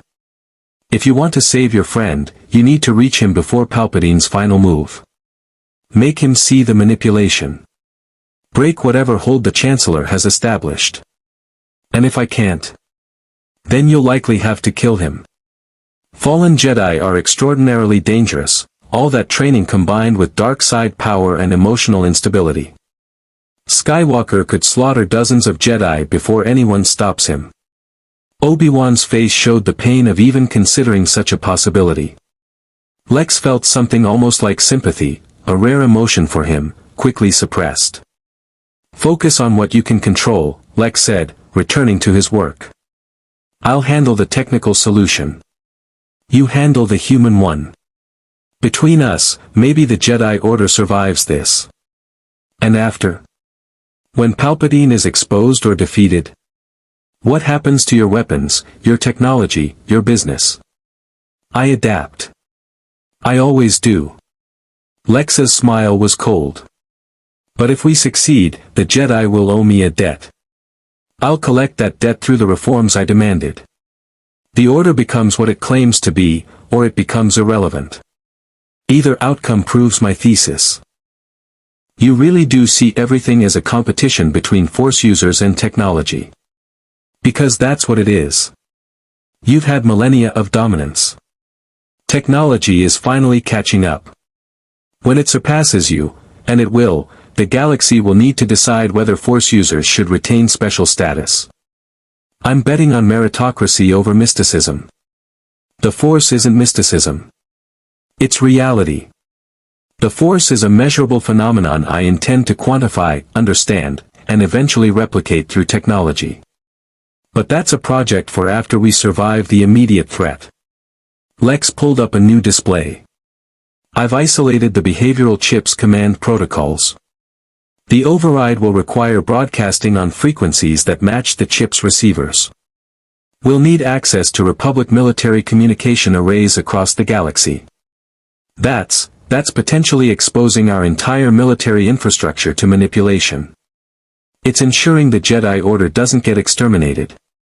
Choose your priority. Obi-Wan made a decision visible in his posture. I'll arrange authorization. But Luthor, if you betray this trust, if you use this access for anything other than stopping Order 66, I will hunt you across this galaxy and every other. Duly noted. Now let me work. We have 72 hours until Palpatine expects my answer. I intend to have this finished in 48 and use the extra day to verify nothing can go wrong. As Lex worked through the night, his mind processed multiple scenarios simultaneously. Palpatine was brilliant, perhaps the most dangerous opponent Lex had faced since arriving in this galaxy. But brilliance had counters. Complexity created vulnerabilities. Overconfidence led to mistakes. The Sith Lord thought he controlled every variable. He was about to discover that Lex Luthor was a variable that refused to be controlled. The Supreme Chancellor's office was quiet when Lex arrived, the kind of quiet that preceded storms. Palpatine stood at his viewport, hands clasped behind his back, radiating the grandfatherly patience that had fooled the galaxy for decades. Mr. Luthor, Palpatine greeted without turning. Punctual. I appreciate that quality. Have you reached a decision regarding my offer? I have. Lex moved to stand beside the Chancellor, matching his contemplation of Coruscant sprawl.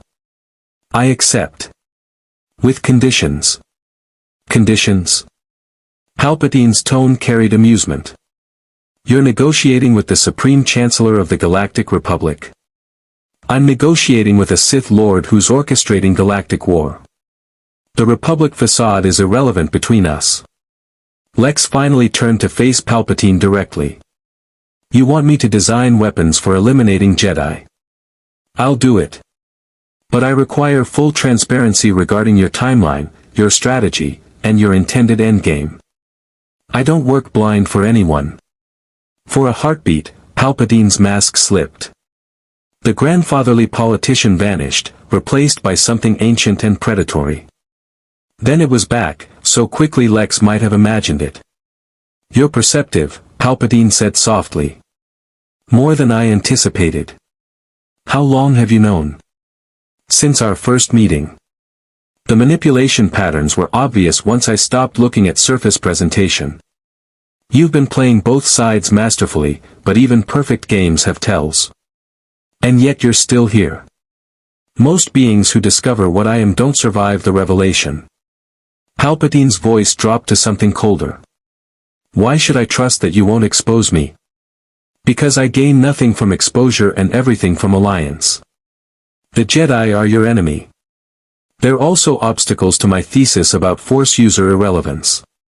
We want the same outcome, the Order's elimination and technology's ascension. The difference is methodology and ultimate goals.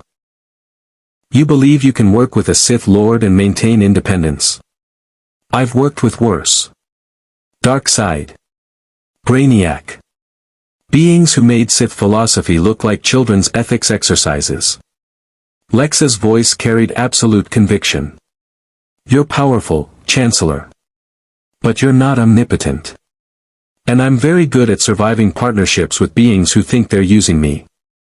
Palpatine studied Lex for a long moment, then smiled, a genuine expression of appreciation. You're either extraordinarily brave or suicidally foolish. I haven't decided which. I'm neither. I'm pragmatic. You need technological expertise to ensure the Jedi's elimination is thorough and permanent. I need resources and protection while I establish dominance in this galaxy's technology sector. Our interests align sufficiently for productive partnership. Very well. I'll share my timeline. Palpatine moved to his desk, pulling up holographic displays that showed troop deployments, political alignments, and strategic projections. In 72 hours, the Separatist leadership will be eliminated on Mustafar. Count Dooku has already outlived his usefulness. I'll have Anakin Skywalker kill him during a rescue operation aboard General Grievous' flagship. Skywalker's fall to the dark side is nearly complete. He'll become my new apprentice. And the Jedi? Order 66 activates simultaneously with the Separatist leadership's elimination. Jedi across the galaxy will be executed by their clone commanders. Those who survive the initial purge will be hunted by Skywalker and my Inquisitors, former Jedi turned to the dark side through torture and psychological manipulation. Efficient. Brutal. Likely to succeed. Lex's mind raced through implications. But you'll face resistance. Not all Jedi will be with clone troopers. Some will be on Coruscant, in the temple. They'll sense the disturbance in the Force when thousands of their order die simultaneously. Which is why Skywalker, soon to be Darth Vader, will lead the 501st Legion in an assault on the Jedi Temple. The younglings, the masters, the archives, all will be destroyed. When dawn breaks, the Jedi Order will be memory, and the Republic will transform into the Galactic Empire with me as Emperor. The casual mention of slaughtering children made Lex's expression harden fractionally.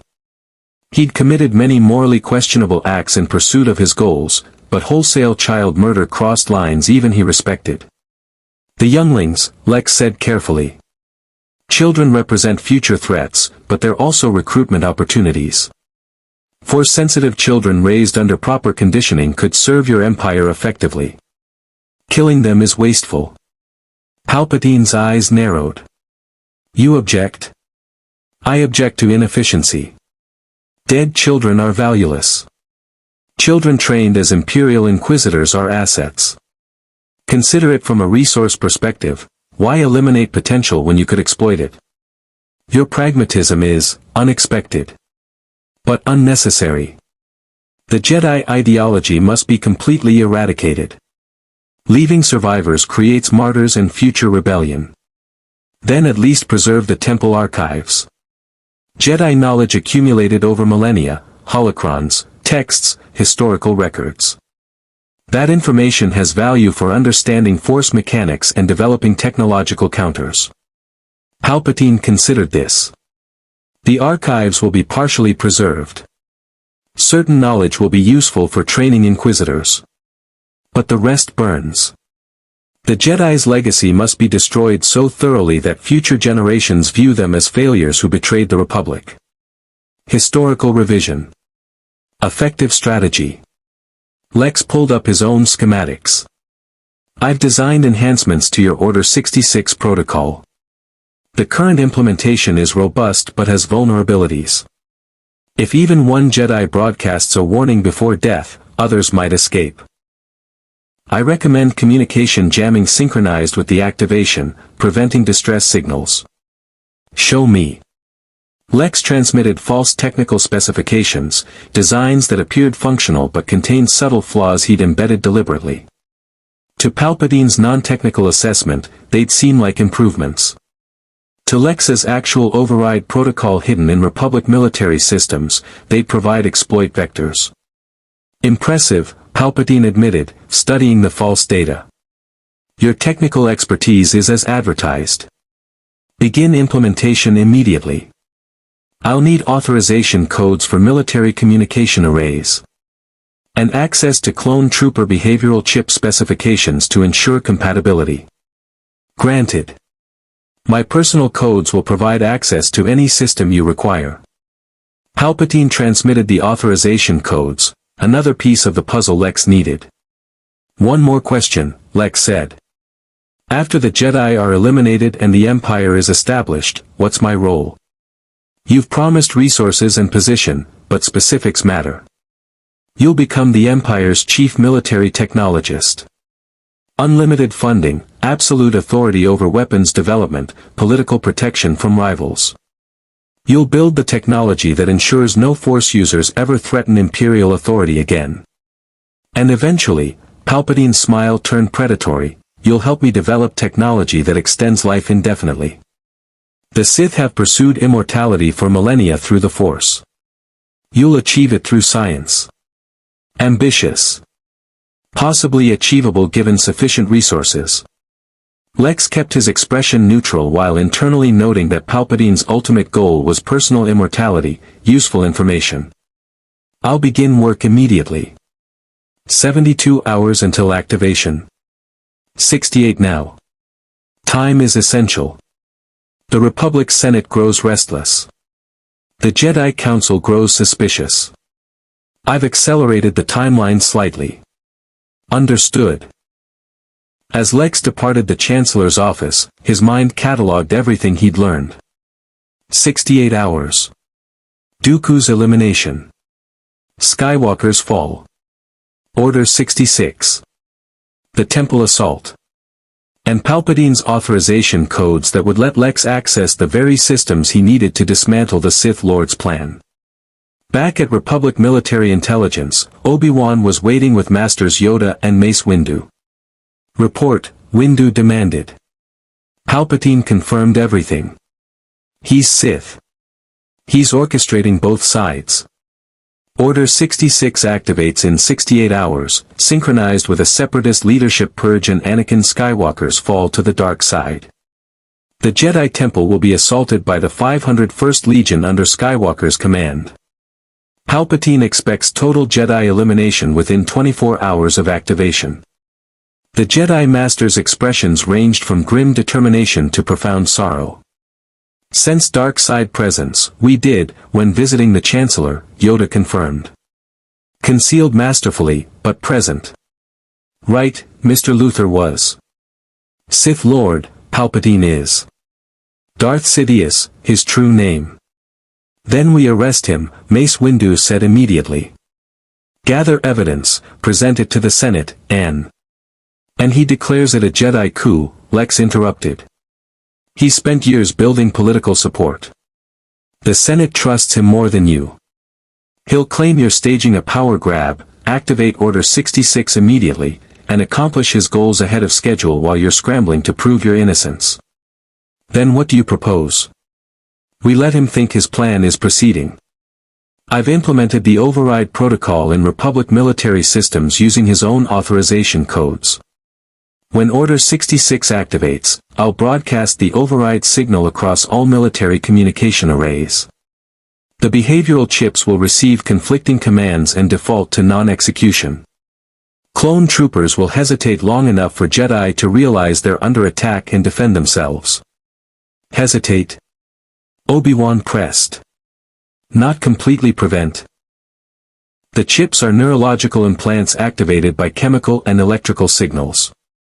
I can disrupt those signals but not eliminate them completely without access to every individual chip, which is impossible. Some clones will fire before the override takes effect. Some Jedi will die. But most will survive with enough warning to escape or fight back. Mace Windu's jaw clenched. Acceptable losses. Better than total extinction. If you have a superior plan that saves everyone, I'm listening. Silence. Thought not. The override is our best option. Simultaneously, you need to reach Anakin Skywalker before Palpatine completes his corruption. Master Kenobi, that's your responsibility. Make him see reason. Anakin won't listen. He trusts Palpatine absolutely right now. Then make him choose. Force him to confront what the Chancellor really is before the final manipulation occurs. It's a slim chance, but it's the only one you have to prevent his fall. Yoda's ears lowered sorrowfully. Much pain, young Skywalker has. Much fear. Fertile ground for the dark side, such emotions create.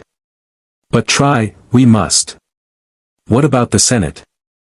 Obi-Wan asked. Even if we stop Order 66, Palpatine still controls the political apparatus. The Senate requires evidence they can't dismiss. When Order 66 fails, Palpatine will be forced to act directly. He'll reveal himself as Sith to eliminate the Jedi through personal combat. That's when you record everything, transmit it to every news network, every senator, every system in the Republic. Show the galaxy that their trusted Chancellor is a Sith Lord who nearly destroyed the Jedi through mass murder. Recording a Sith Lord in combat, Ki-Adi-Mundi said slowly, means engaging him in combat. Palpatine is immensely powerful. Then bring your best fighters. Masters Windu, Yoda, Kenobi, whoever has the skill to survive long enough for evidence to be transmitted. This isn't about defeating him immediately. It's about exposing him so thoroughly that he loses political legitimacy. Mace Windu turned to Yoda. Master? The ancient Jedi was silent for a long moment, his eyes closed in meditation. Then, right, Mr. Luthor's strategy is risky. Dangerous. Many variables. But better than alternatives, it proves. Confront Palpatine, we will, when Order 66 fails. Evidence, we will transmit. And pray the Force is with us, we shall. 68 hours, Lex reminded them. Use that time wisely. Position Jedi who can fight back near clone commanders. Prepare emergency evacuation protocols. Secure the temple's most valuable archives. And Master Kenobi, talk to Skywalker. Your friendship is his last anchor to the light side. Don't waste it. As the Jedi dispersed to prepare, Obi-Wan remained behind. You've risked everything for this, the Jedi said quietly. If the override fails, Palpatine will know you betrayed him. If it succeeds but the Jedi fall anyway, you've made an enemy of the galaxy's most powerful Sith Lord. What do you actually gain from this? Lex was quiet for a moment, considering honesty versus strategic misdirection. He chose honesty, a rare luxury. I gain proof that intelligence and technology can defeat Force users when properly applied. I gain leverage over the Jedi Order that will force the reforms I demanded. And I gain something I've rarely experienced, the satisfaction of outsmarting someone who thought he was unchallengeable. Lex's smile was cold. Palpatine is brilliant. But he made the same mistake everyone makes when facing me, he assumed that because I'm not superhuman, I'm not dangerous. I've built a career proving that assumption fatal. And after? When this is over? Then the galaxy learns that Lex Luthor is the being who saved the Jedi Order and prevented Sith dictatorship. That reputation translates to influence, contracts, and political power. I'll continue building my technology empire while the Jedi undergo their necessary reforms. Eventually, I'll prove that Force users are evolutionary dead ends and technology is the future. You really don't believe in anything beyond yourself, do you? I believe in what I can measure, quantify, and improve through application of intellect. Everything else is superstition. Lex turned back to his workstations, hands already moving across holographic interfaces. Now let me finish this override protocol. We have 67 hours and 43 minutes until the galaxy learns whether genius or mysticism determines survival. Obi-Wan departed, leaving Lex alone with his work. In the silence, Lex allowed himself a moment of reflection.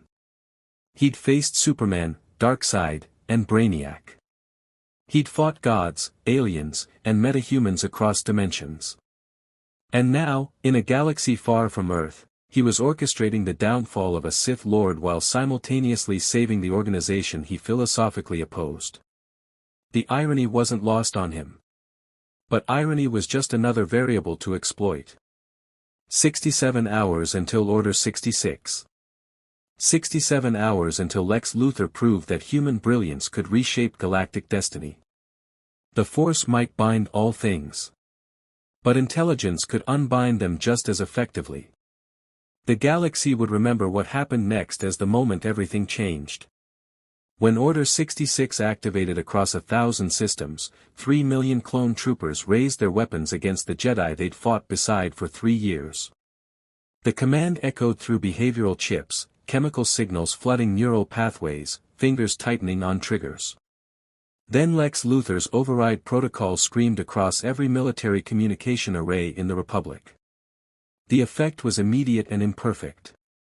Some clones fired before the signal reached them. Jedi Masters fell in those first terrible seconds, betrayed by soldiers they trusted as brothers. But most hesitated, caught between conflicting commands, their programming stuttering as the override disrupted the carefully calibrated execution order. That hesitation saved thousands of lives. Across the galaxy, Jedi ignited lightsabers in desperate defense. Some fought their way to ships and escaped into hyperspace. Others died fighting, buying time for younglings and Padawans to flee.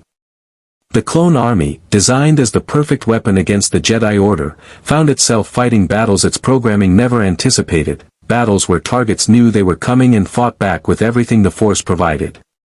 On Coruscant, in the Supreme Chancellor's office, Palpatine felt his perfect plan unraveling through the Force.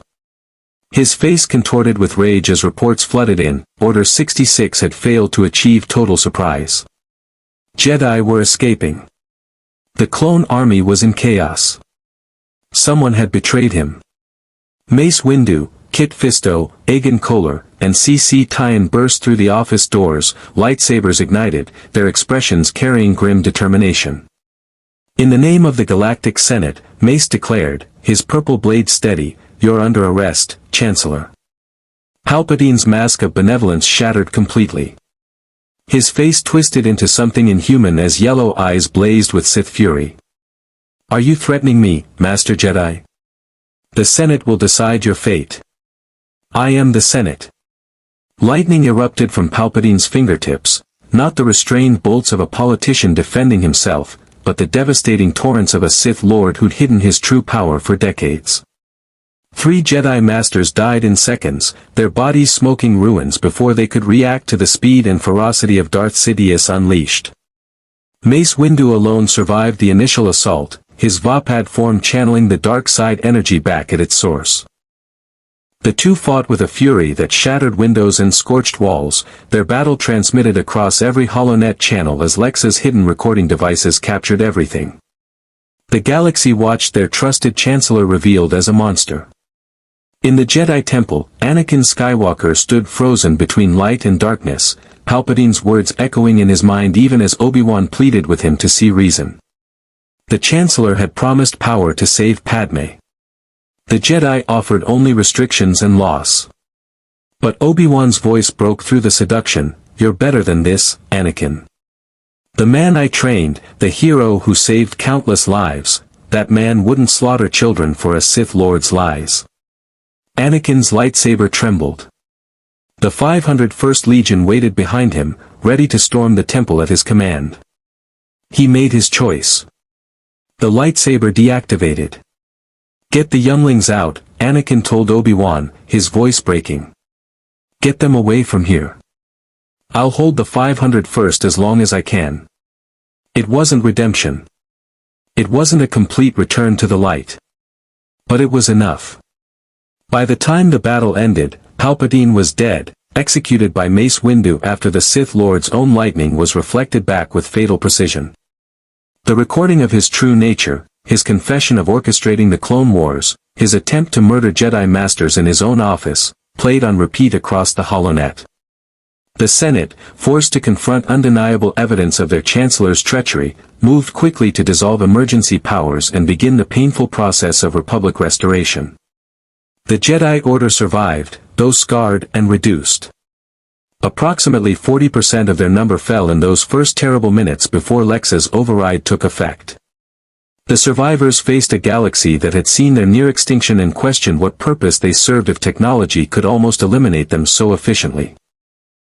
Master Yoda stood before the reformed Jedi Council, smaller now, humbled by loss, and spoke words that would reshape the Order's future. Failed, we have. Arrogant, we became. Servants of politicians, rather than servants of the Force. Change, we must, or irrelevant we will become. Mr. Luthor's words, harsh but true they were. Reforms, we must embrace. The new Jedi Code would take years to fully implement, but its principles were clear. No more taking children from families without consent, no more claiming moral authority through Force sensitivity alone, no more positioning themselves as the Republic's enforcers.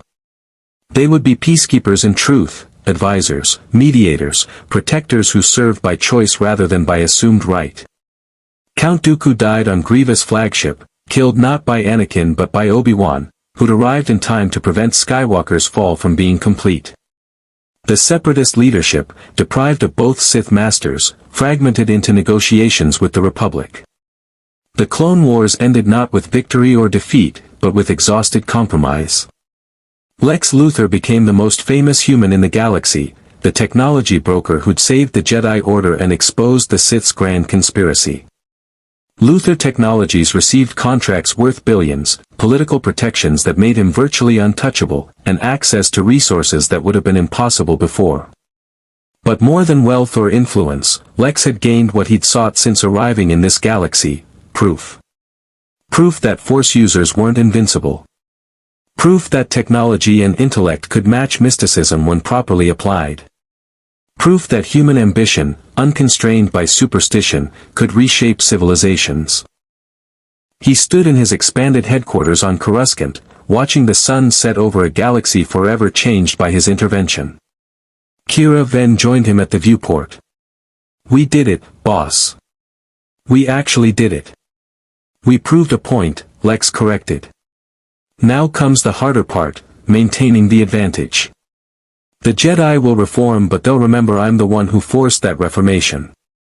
They'll watch me carefully. Some will consider me a threat. Others will view me as a necessary ally. I'll need to navigate that complexity while building something this galaxy has never seen. Which is a purely technological civilization that doesn't rely on Force users as a crutch. Ships that don't need Jedi navigators. Weapons that work regardless of midichlorian count. Medicine that heals without Force healing. Governance that functions without mystical guidance." Lex's eyes gleamed with familiar ambition.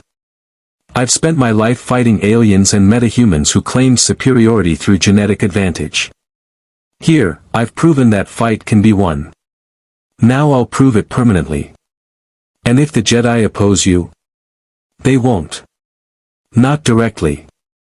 Because I saved them.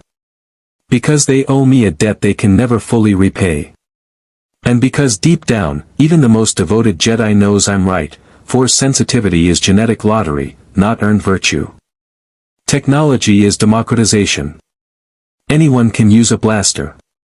Only certain bloodlines can use the Force."